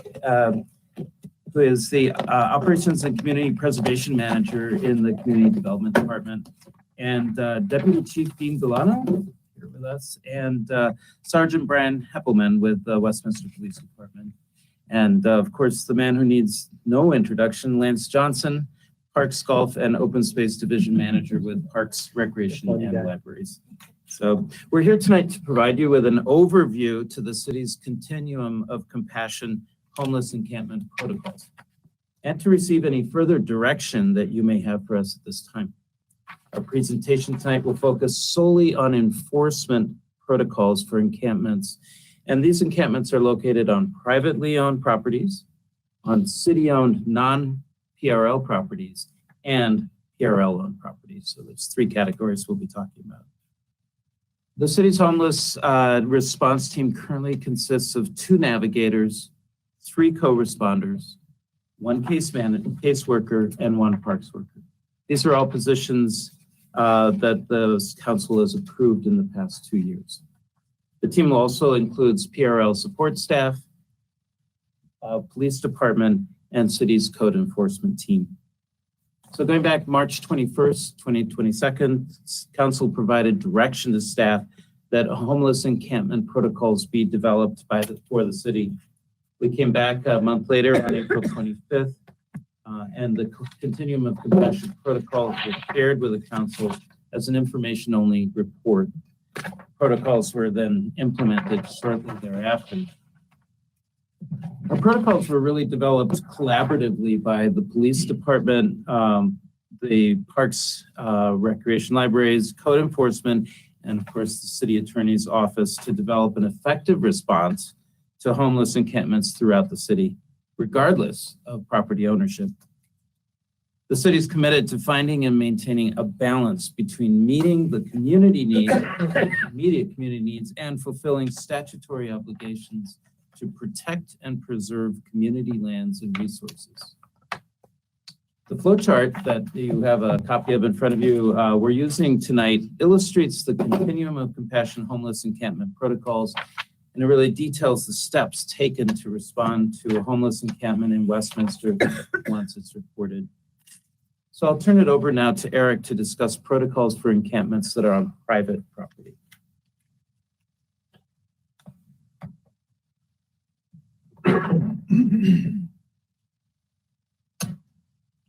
Thank you, Tomas, and Mayor Pro Tem, Council. Good to see you again. I'm just glad I don't have to follow Lance. So we're sort of the point of entry in code enforcement for, and if we can get the slide up with the flow chart. Perfect. So at the top there, you see the entry for private property and code enforcement. Oftentimes is the first point of contact when there's a complaint against the private property or private property owner. And I'm just going to outline kind of in a high level what our approach is. We create a case.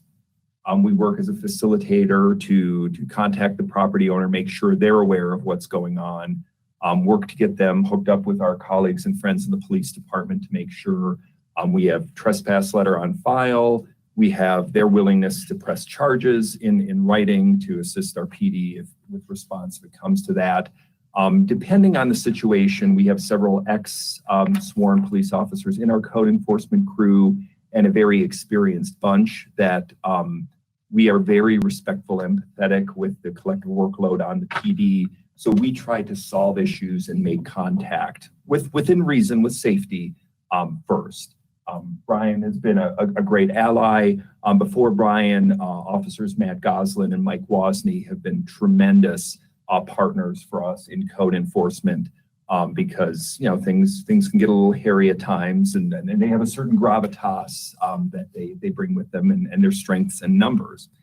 Coincidentally, just this week, we're working on a project with the property owners' participation for some surveillance and some enforcement activity at the Midland building.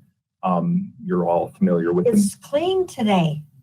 It's clean. The property owner, he wasn't super pumped when I was talking to him last week about the $6,000 bill I sent him for the reinforcement of the entryways and the graffiti removal. However, we're continuing to work on our, you may see a development application here before too long. Has to hit planning commission first, but yes, it's clean for the time being. And coincidentally, this evening I was going back and forth with the owner's rep for the old Bradley station, neighbor there.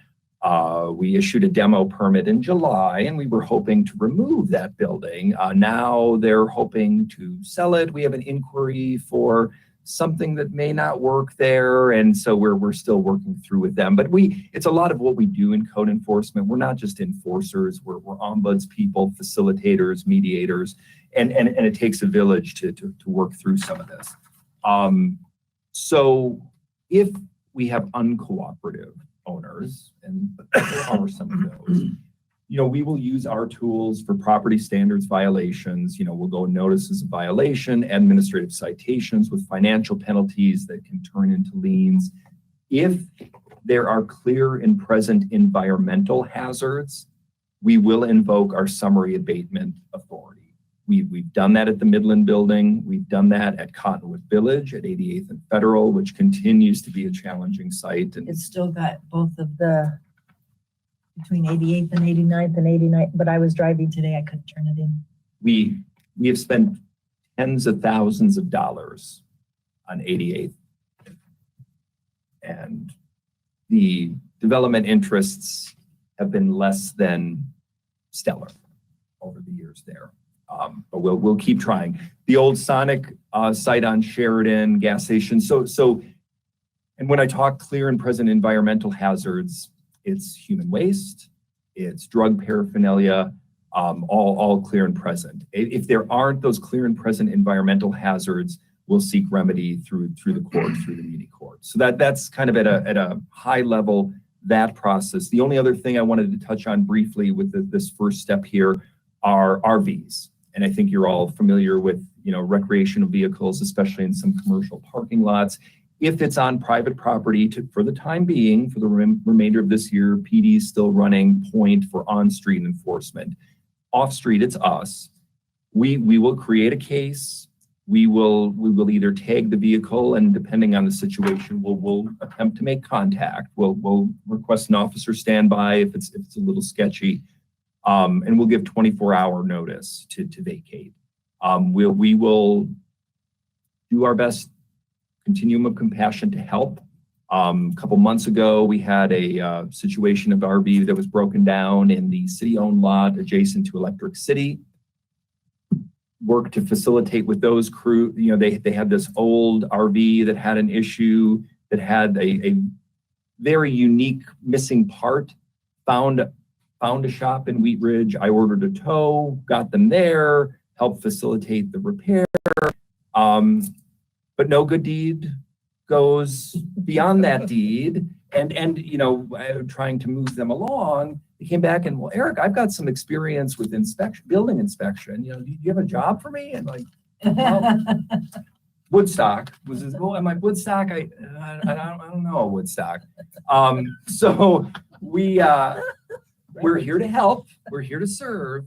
But and I know the PD has a lot of stories of, we being compassionate and I mean, of course, besides the normal channels with referrals to the homeless navigators, but whether it's a meal, we do have compassionate staff, both in police and code enforcement, but there are limits to that and the balance. So that's kind of our piece in this. And I mean, when we're up against a really tough place, our colleagues in the police department and the muni court is if we can't solve things within our administrative abilities. Thanks for all your efforts. Thank you. I'll turn it over here to. Next slide, please. I have a question. Oh, go ahead. I didn't see a A hand. question. Your chart is missing maximum times between steps. Is there any way we can get a chart with those values?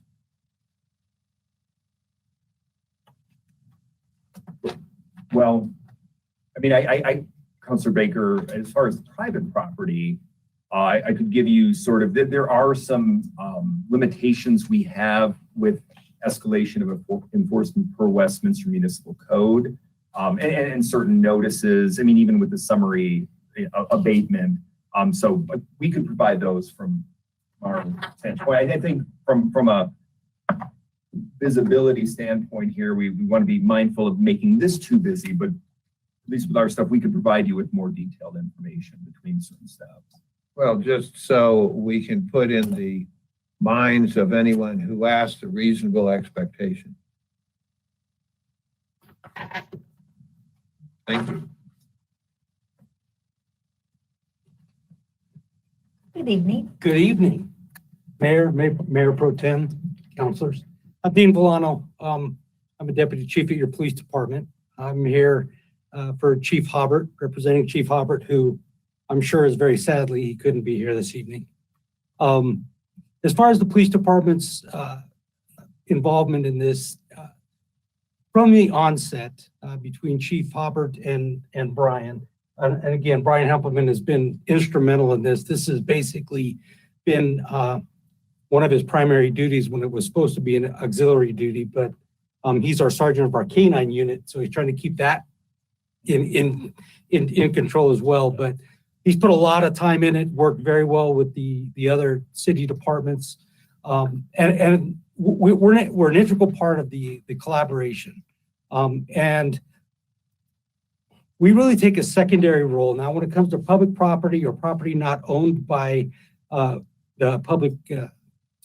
the city of Westminster. We're talking RTD, Department of Transportation. We'll get a phone call from them if they'll take care, usually they'll take care of the trespass notices. RTD has a police force. They usually handle all their stuff. CDOT, they'll give Brian a call, say we have a camp that we've given a trespass warning to. Theirs is 72 hours, Brian, if I'm not mistaken. So their trespass notice gives them 72 hours. At that point, when they're going over to the area, they'll call Brian and ask for a police to stand by. The vast majority people are complying with the orders. It's truly, when we started this venture, if someone was going to ask me if there was going to be a lot of people thrown into the criminal justice system, I would have probably said yes. But at this point, it's been pretty remarkable on how few have really had to do that. And that's the goal of this, is to keep people out of the criminal justice system, try to give them other options, and treat them with compassion and assist them in helping them through what they're going through. So the police department's portion is basically that, in that if we're called to one of those areas for the Colorado Department of Transportation, we'll go there, we'll stand by. 9 times out of 10, they'll leave the area and the Colorado Department of Transportation will begin their cleanup. Their cleanup, sometimes it takes time. There was 1 or 2, and Brian, if I'm mistaken, last one, it took almost 8 hours to clean up one of the areas. But the majority are smaller than that, but that's roughly a guess. It could take anywhere from 10 minutes up to 8 hours for some of the sizes of these, as far as the not owned city areas. But our goal is to, just like everybody else in the city, is to treat everybody with compassion, do our best to keep them out of the criminal justice system, work with the navigators, work with our mental health people, and it's a social problem that it takes everybody. Like Eric said, it takes a village, and we're just part of that village, and we're happy to continue to help. Thank you, Chief. You talk about cooperating groups. Have we had issues with dealing with the railroad, or have they been responsive? It's a great question, Counselor. And the vast majority of the time, Burlington Northern, RTD are great. RTD especially, they've got their own force. They take care of everything. Burlington Northern, they're very shorthanded. They have 3 people assigned to Colorado, 2 of which at this point are now in California, because they're having a problem with stolen cars being put on the tracks, letting trains hit the stolen car, and then the gang members are robbing the trains. So 2 of their 3 are actually in California, helping California at that point. So little shorthanded on the Burlington Northern, but they're responsive. Sergeant Hempelman has a contact. He makes a phone call, and they'll help with jurisdiction and their areas, but RTD, very responsive. Great, thank you. Other questions? Yes. So how many have we worked through? We have issued 4 summons, I can tell you that. As far as total, Sergeant Hempelman, how many have we worked through? Do we have that number in hand? That's not really a good number, because there's a lot of times we go to a private property spot, and minus the rangers being there, minus navigators being working on, just a call for service for us going. And sometimes it doesn't get logged as under a homeless situation under CAD. It could be an unwanted party. It could be a mental health issue. It could be a vast different calls for service. So we don't really have a way of saying, this is how many homeless issues we've dealt with. But like the Deputy Chief said, we've done 4 summonses over the last 3 months. And I think 1 went to court on that we're aware of. Okay. But we just don't have a solid way of tracking that. So what's your instinct? A lot. I would say dozens, Counselor. I think that would be a very safe, Fair. fair estimate. And how many frequent flyers do we get? The same people over again? Yes. Quite a bit. We kind of move up and down the railroads. So when we work with railroad, they give us a lot of intel and help us out with things. I would say some of the private property issues are, one, the camp gets broken up and it moves to another position within the city.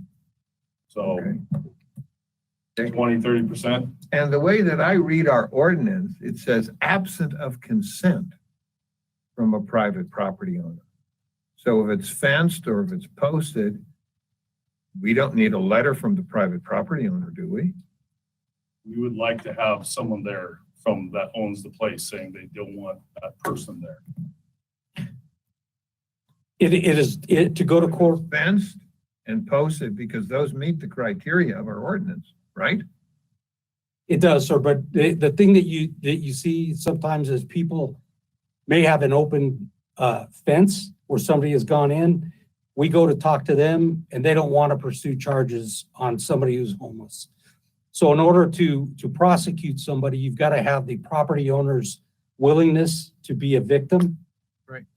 So You would have to testify. right, exactly. So we always have to go in, speak to them to see exactly what the situation is and determine what the next best step is. And how big a problem is that? You know, most of the time, citizens want to work with the people who are homeless.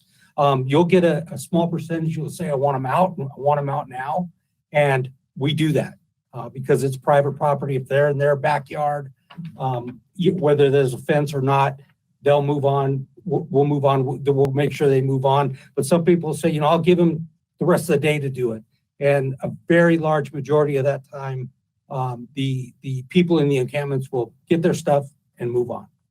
Well, I think just from what I heard from your presentation, most of these people are very smart, clever people, and they know when their time is run out, they avoid the aggravation and move on. You're absolutely, you're 100% correct on that, sir. They know the system. And there isn't anything broken about them. There isn't anything ignorant about them. Smart, savvy people who are pursuing what they like. There's a percentage of those, but there's also a percentage who do have mental health, substance abuse. It runs the full gamut. But you're exactly right. There is a percentage that's the life they've chosen, and they know the system. A lot of them, you'll talk to them. They know all of the shelters. They know where they can go. They know where they can go eat. They'll go to Denver to get food, and then come back to Westminster for whatever reason. That's just their area they've chosen. But you're correct. They do. They know the system. Okay, and this next one is a subjective call. Sure. Are we making progress lowering it, or are we just chasing our tails? I'll go back to Sergeant Hempelman on that, who's dealt with it from day one here. Counselor, I think we're making an effect for sure. I sometimes think it's somewhat of a revolving door depending on what's going on in other agencies and other jurisdictions. But I think we're on the right track. Do you think we can really devote less resources to it next year then? I do. Because literally in our budget, we're going to spend, I think the estimate back at March 21st was $300,000 a year. And as I read the budget, we're now going to spend $1.5 million on this problem. I think that's a great question. And I think it's a question that as a citizen, I would ask of my council. And the reality is that the gains that we've made since moving forward with this, I think would be lost if resources weren't continued. If you're going to have less people, less navigators to help, and just less people to deal with that, the more people are going to move in, more bigger camps are going to get housed. It's going to become a larger problem. Again, that's just my opinion, the subjective opinion. I think we're making gains. I think the homeless population understands what steps have been taken by this council, and what we're acting on. And I think if the resources are not made available, I think those gains are going to be lost. And about how many people are we talking about? 100, 200, 50? Sergeant? My understanding is, Parks and Rec is probably 100 that I think the navigators are dealing with. Private property is probably about the same. Okay, thank you. And real quick, if I may, the question on the number, that's what we're seeing too, is that the homeless population will leave Westminster in the day, go down to Denver for services. And because Denver is so violent, they come back at night. So it's hard to come up with a number. Again, that 100 is a rough estimate, where evenings when they're actually setting up camps, it may grow in the evening. Thanks. Any other questions? I know they have Access Westminster as an app to use, but that's the most complaints I get is it doesn't really work. You have an app with this police department. Yes, ma'am. And that's the one I use. And my question is, because Access Westminster didn't used to go directly to police or to whoever, it was some person got it. And then by the time it got weeded out, you might get a report back in a week to 2 weeks. So I just want to make sure that your app still is working, because that's the one I've been. Yes, ma'am, and it's monitored. Yeah. It's watched by our public information officers, and they report that right away. So far with graffiti or the homelessness, I get a report within a day. And that's the hope, ma'am. Let us know if you don't. Access Westminster, you don't. It was brought to us in 2012, and I bet you nobody's tweaked it since then. So thanks for all your work. Thank you all. Now, we have to vacate and make the room for Lance. You get your seat. Needs no introduction. Quite He's the gonna Welcome. Thank you. Good evening, Mayor Pro Tem, Council. Lance Johnson, Parks, Golf, and Open Space Manager. I think we've already beat that dead horse already. So we're going to be, next slide, please. We're going to be focusing on specifically the middle tier, the PRL owned properties. And I'm going to be starting on icon number 3, just for simplicity's sake. And I am going to kind of more read from a script because we have a lot of steps involved in our process, and I want to make sure that all the information I provide is accurate.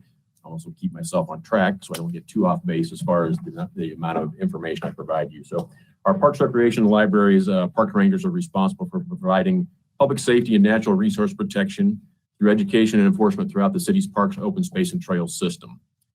Our encampments are identified either through Access Westminster submittals and the PD app also, or by park rangers who will observe new encampments, including approximate size, the number of individuals, the condition of the camp, and as well as any observed code violations. Any violations that are observed by the park rangers are cited immediately at the time they are identified, and that information is documented. In some instances, we do have immediate trespasses that may be issued at the encampment if they are hindering the staff's ability to do their normal work duties, and or any vehicles that may be deemed parking overnight in PRL parking lots. And those immediate trespasses are actually handled by Westminster PD. Park rangers share information with navigators on current encampments. It's not navigators sharing with the rangers, but rangers sharing with the encampments. That's a very defined line. That information can't flow from the navigators to the rangers. So just keep that in mind as we talk about other things as we move forward. Once notified of the site, navigators will then work with those individuals at those encampments to formulate some next steps. If the individuals accept the services offered by that navigator, encampments then must remain in place until that person actually becomes housed.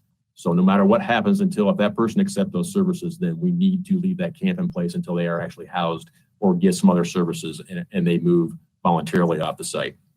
So going to the next icon, if an individual refuses services from the navigator, then park rangers are directed to trespass a particular encampment on PRL property. 211 will be contacted to determine if any shelter options are available at that time. Trespass notices are to be issued. This information is documented and tracked for follow-up. After confirming available bed space, park rangers will return to the site and issue a trespass notice to the individual or individuals being trespassed on PRL property. Trespass notices are issued with a 7-day timeline before the next step occurs. And that would be then the next step. After 7 days, park rangers post notice of abatement and issue criminal trespasses with the assistance of Westminster Police Department. Prior to posting the notice of abatement, park rangers must again confirm with 211 that shelter options are available and that the unhoused person is still declining that offer. The notice of abatement will include information about the disposition of property left at the encampment and contact info to arrange for pickup of stored possessions. The next icon for the remediation. Once the site is vacated, parks rangers and other staff will schedule the city's contractor for cleanup and any remediation of the site. The remediation process requires a designated contractor to document all personal items with a value of $20 or more and then be transported to a secured and monitored storage container at a specified PRL location. PRL staff then take possession of all documented items from the contractor. The items are available for pickup by the legal owner for 30 days after the remediation. If not claimed within 30 days, on day 31, those items will be disposed of. So the final takeaways on what our protocols are involved with as far as the PRL properties. The entire process, and I think in your packet, I think we actually had 2 to 4 weeks. In reality, it's more like 3 to 6 weeks for the entire process. And on average, it seems like right now over the course of the last 3 months.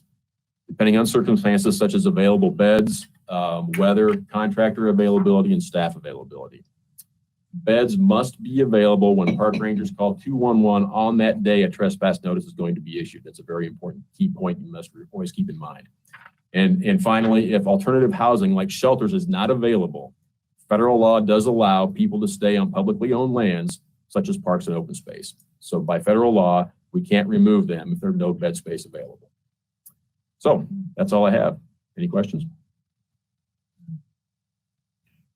Councilor Baker. And really, how many people do you deal with?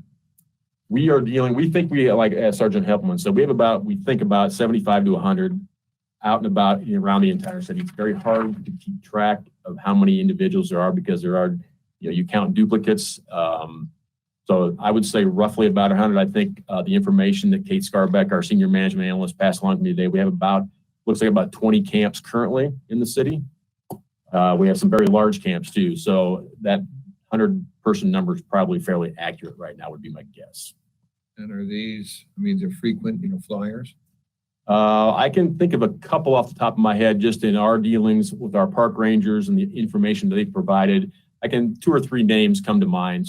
So yeah, a few, but I'm sure there's more than that, actually. And do you have any idea of how to deal with these really repeat? Well, I think with our protocols, as far as PRL goes on our property, issuing the trespasses and the criminal trespasses, once we get to that criminal trespass point, then, the prosecutors and the city attorney's office, that's where that kind of falls into. So hardly anyone makes it there. Well, we've had the 4 summonses so far, and I can't speak really to the court process. I'm not an expert in that. I don't know if Mr. Franco wants to address that or somebody from PD, but that is completely out of my realm of expertise. Thank you. Mm-hmm. And Councilor Baker, we have our lead prosecutor, Brian Fusela, is here. And Brian, if you could offer any clarification on your involvement in the process, that might be helpful. Sure. So, hello, Council. My name is Brian Fusela. I'm the lead prosecuting attorney of the City of Westminster. I've been representing the City Attorney's Office and working with these stakeholders in developing these protocols in a way that treats this homeless population with compassion, also protects the city from liability. As Lance just explained, there's case law that finds that it's cruel and unusual punishment to essentially criminalize homelessness, which is why we have to, for example, check on bed space availability in homeless shelters. Sometimes we offer hotel vouchers to make sure we're not criminalizing homelessness. It's actually a very good thing that we've talked about potentially up to 200 people we're talking about. We've referenced frequent flyers, but we've only written 4 criminal summons. The protocols are actually designed to avoid criminal summons and involvement with the criminal justice system if possible. The hope is at any one of those icons before you get all the way to the right, that the problem is solved, resources are offered, folks embrace those resources, or at least move their encampments to somewhere either off of private property or off of city open space. So the fact that we've only written 4 criminal summons, I think, is actually a very good thing. Of those 4 criminal summons, our failure to appear rate in, I was going to say municipal court, it's actually true across the state and true across the country. Our failure to appear rate in the criminal justice system is pretty high since the pandemic began. We would also expect in the population we're talking about, the expected failures to appear for a court date would be even higher than our general population in the criminal justice system. So of those 4 summons that have been written, I know that at least 3 have failed to appear, which we expect when we created these protocol. In fact, one of the reasons the trespass notice is given, the criminal trespass summons is issued, and we've coordinated with our municipal court from the police department to the municipal court. The court date is actually 1 week from the date the criminal summons was issued. And we designed it that way for one of 2 possibilities. Either 1, that defendant would fail to appear at their initial court date. We would ask the court to issue a warrant for their arrest. And then if they are at the encampment and they have failed to appear and the court has issued that warrant, what that does is it gives the police department the ability to arrest that person at the encampment, remove them from the encampment. That way the remediation of the encampment can occur. So hopefully we don't get to that point. The protocols have been designed so that hopefully we don't get to that point, but we also had to design the protocols in the event that we had people who simply would not work in good faith with the city and take steps to either move or remediate the encampment themselves. And so even though we've talked about a couple hundred people and frequent flyers, and we've only issued 4 summons, that's actually expected in designing these protocols, and that's actually a feature of the protocols. So what we've seen is it's been pretty rare so far that our protocol have been tested all the way through. And as far as I'm aware, we've never encountered a scenario where we're following these protocols and we've lost the ability to do something.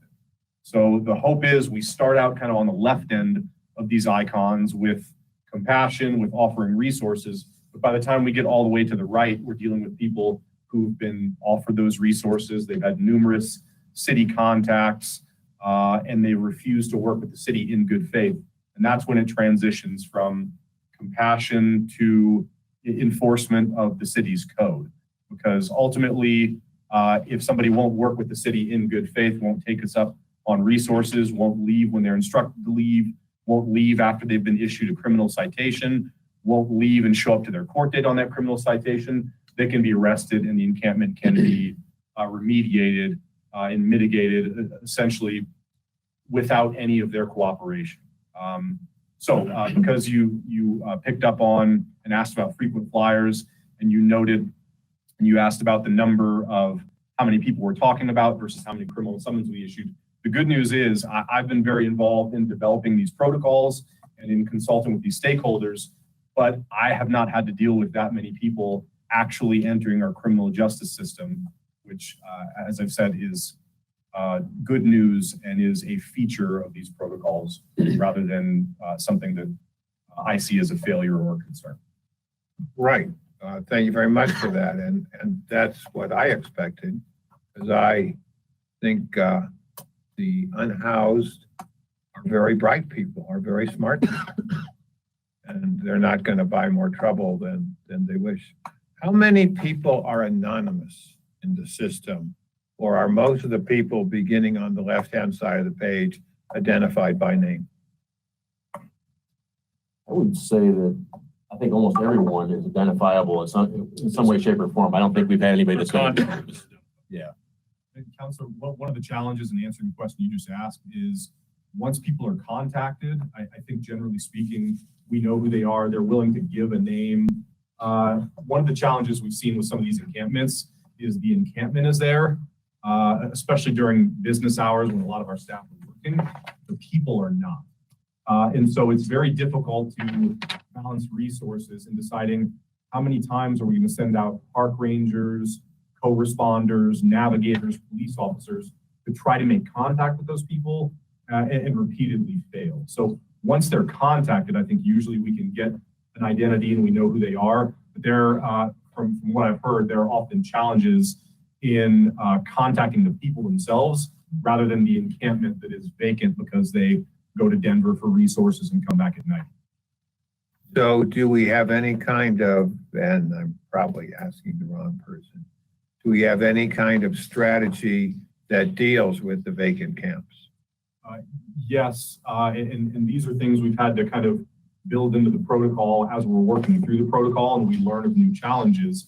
So I've been consulted about how many times do we have to visit and leave a business card? How many times, should we laminate a notice and clip it up on a tent? We've had to work through those issues as we've learned of new challenges even after designing the protocols. Well, the landlords with tenants who don't pay their rent have dealt with this for years. And it's well established in Colorado law. I think it used to be 3 days, but now it's 10 days. They can leave a 10-day notice posted there and just make documentation of it. Do we have any such system? Maybe a stake in the ground with a notice on it, a laminated notice on it?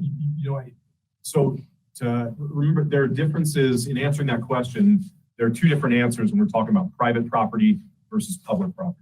Private property, if there's a report to the police department, somebody's trespassing, that's a potential criminal offense. And if they want that person removed, that person gets removed immediately because it's a crime for them to remain there.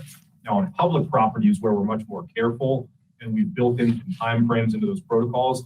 I'm not sure I know exactly where we've landed as far as a stake in the ground with a sign versus a laminated piece of paper that's clipped onto a tent. But when we've designed the protocols, one of the things that that this group is aware of is if there's a compelling need, we're not necessarily bound by these protocols. We're not hamstrung by these protocols. So an example I'll give is if there's a homeless encampment that is somehow interfering with city employees' ability to access some infrastructure, or if there's a homeless encampment that is preventing the public from using a restroom in a park or something like that, we can actually go through these protocols in a more timely fashion.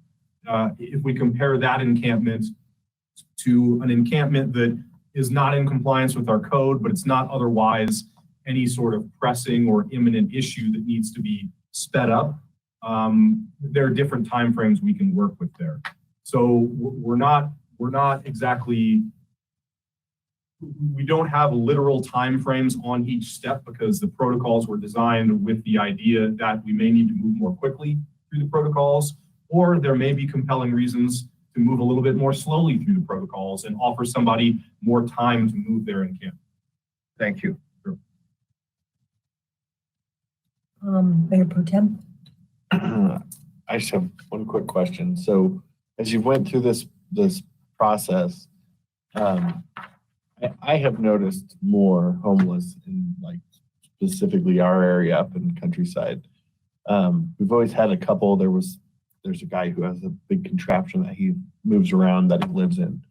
And I've seen him for a long time, but recently I've seen more and more, and I see him in the morning on the way to work. If you're around during the afternoon, I don't see him as much, and in the evening, which kind of lines up with what you're saying.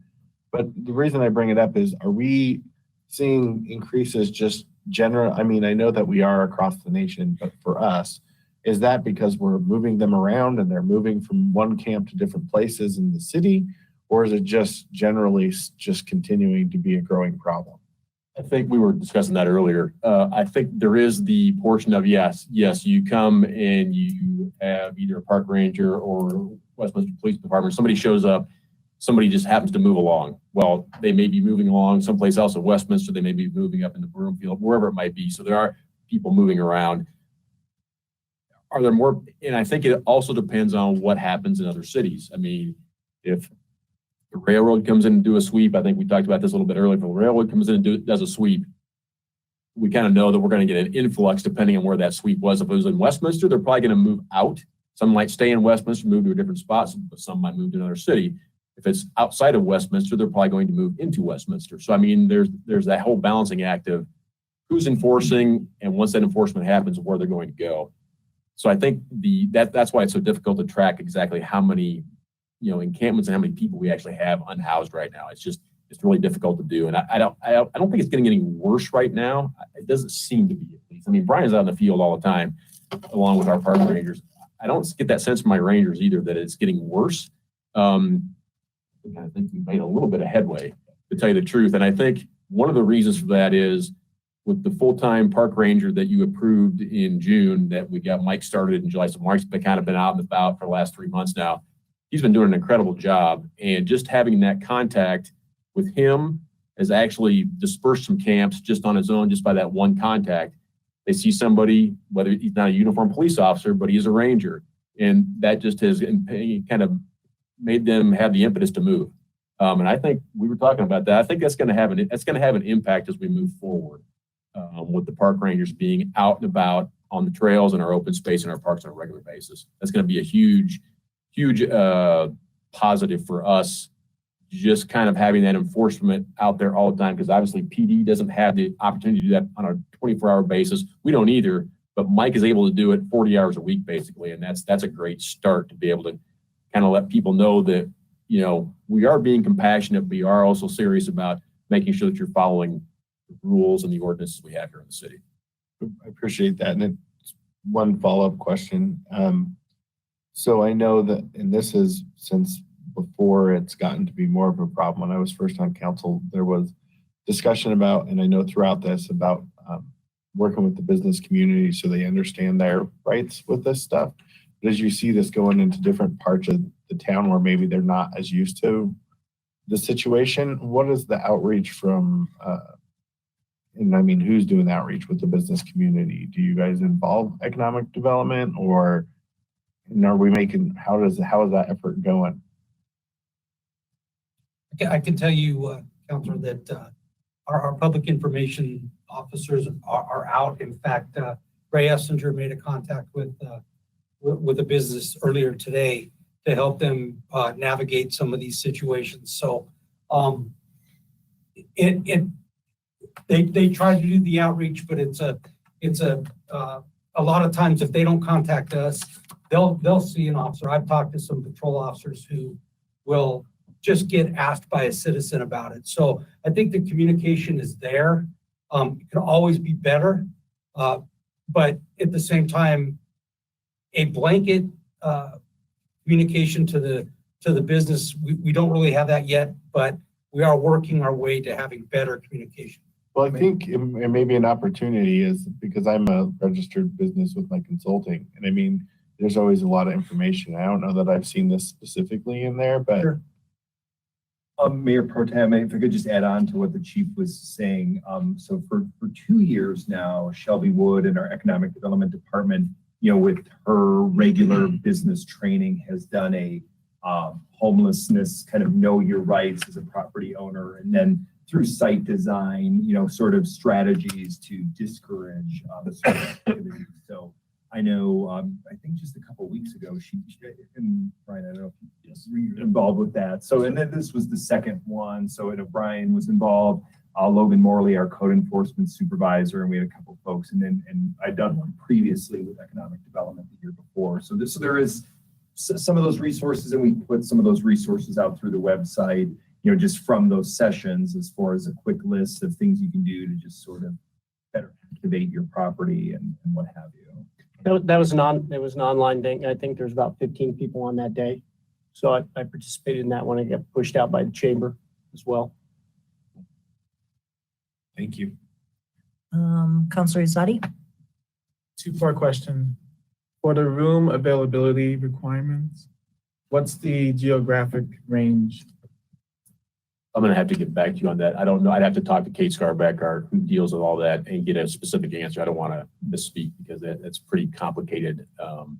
If I can get back to you, I can do that tomorrow. I'm actually out tomorrow, but I can get with Kate, at least let Kate know, and get some information to you by Wednesday, probably. And then the second part is for transportation, is that provided? So there's a room somewhere do we actually take them? To my limited knowledge of what the navigators really do out in the field, yes, they do have access to that type of transportation, those types of things. So yes, the navigators can help arrange that for that person who's going to be housed. Thanks.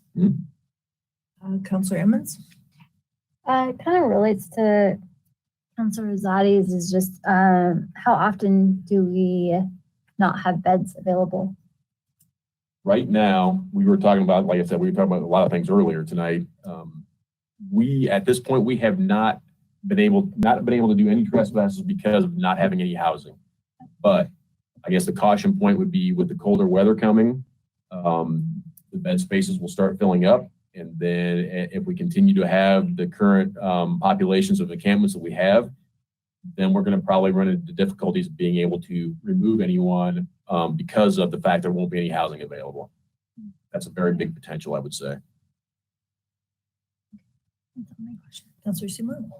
A couple observations and some thank yous is that I shared this with my colleagues at dinner time is that the proof is in, especially along our trails. And my Saturday ride from Stanley Lake to I-25, there was not a single encampment. And there are laminated stakes. And the great news too is those areas that had been destroyed are growing back in. And so, that's also the full circle. There was one troublesome area that just keeps getting turnover. So the cleanup's hard to meet there. It's behind the Walmart there at the Thorn Creek underpass. But I know that's been different individuals because they have different garages that they set up and you can tell. But so that's been fantastic. And I also saw, just from a business standpoint, we had a couple individuals that, they were not sleeping, they were not camping, and it's not illegal to sit on a park bench, but some business owners were not happy that in the shopping center that I occupy.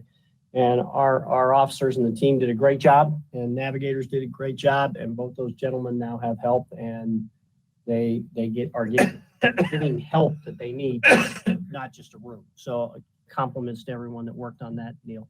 And the other thing too is I saw this this last weekend when I was in DC, and there are areas in that city that are creating magnets and attractive nuisances, where in certain parks they're giving out 3-4 meals a day.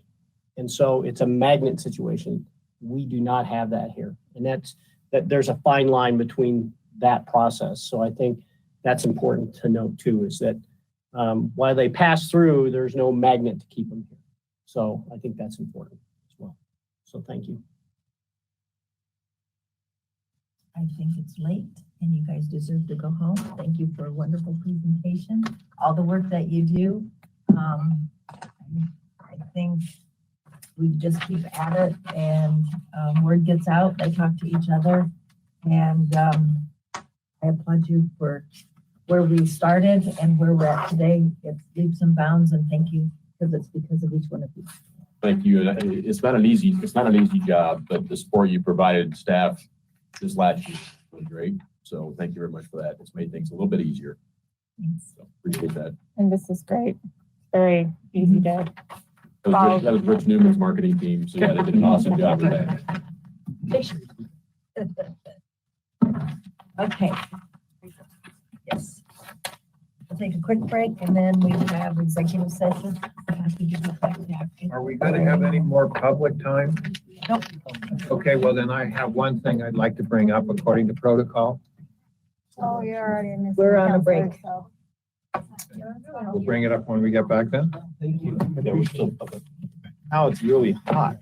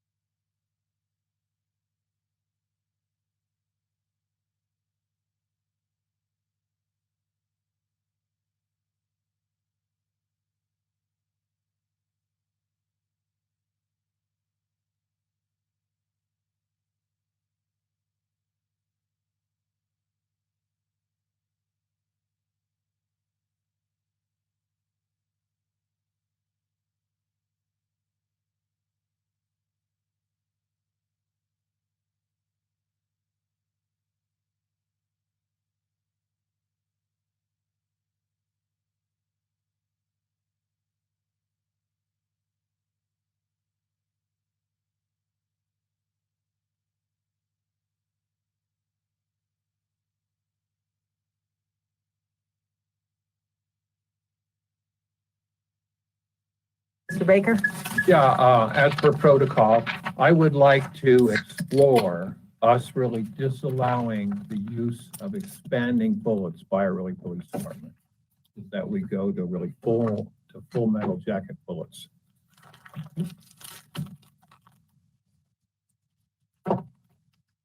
Yes, sir. I would 100% disagree with that, and that is because if you do self-defense or any kind of training where you have to use a firearm, fact of the matter is an expanding bullet will stop in the target that I shoot at. God forbid I have to do that. The full metal jacket bullet will go through it and handful of people behind them. They are, and on top of that, they're different stopping power. So, and that's why I would like to have us, explore the issue. Because there are different points of view on it. I would be opposed to it.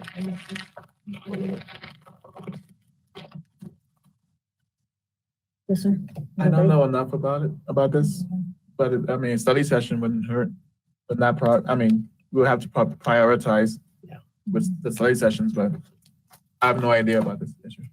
I would need more information as well. Yeah, me too. Okay, so maybe some information in our packet, and then we'll see where we go. Would it suit to have an information memo put in as a starting point? And we'll put some material together through our police department. We can elevate it from there. And then you could receive that, yeah. Okay. Thanks.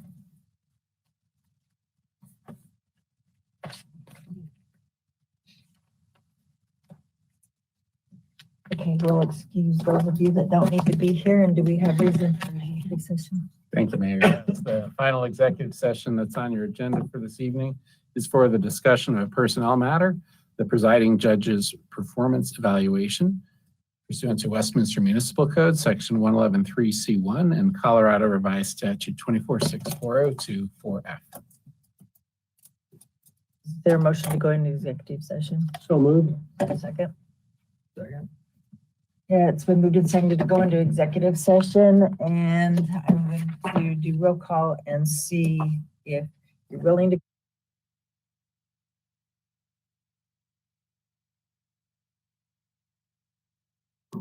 Howard Seymour, Counselor, yes. Oh, you're not gonna be here. I'm gonna leave, so- Sorry. I'm like, aren't you gonna say anything? Need my help, yes. Lindsay Emmons, yes. Bruce Baker, yes. Yes. Sarah Nanala, yes. Nancy McNally, yes. Departing as well. Jason Lontine, yes. I'll be leaving here, but staying there. Okay, thanks. Thanks. Thanks.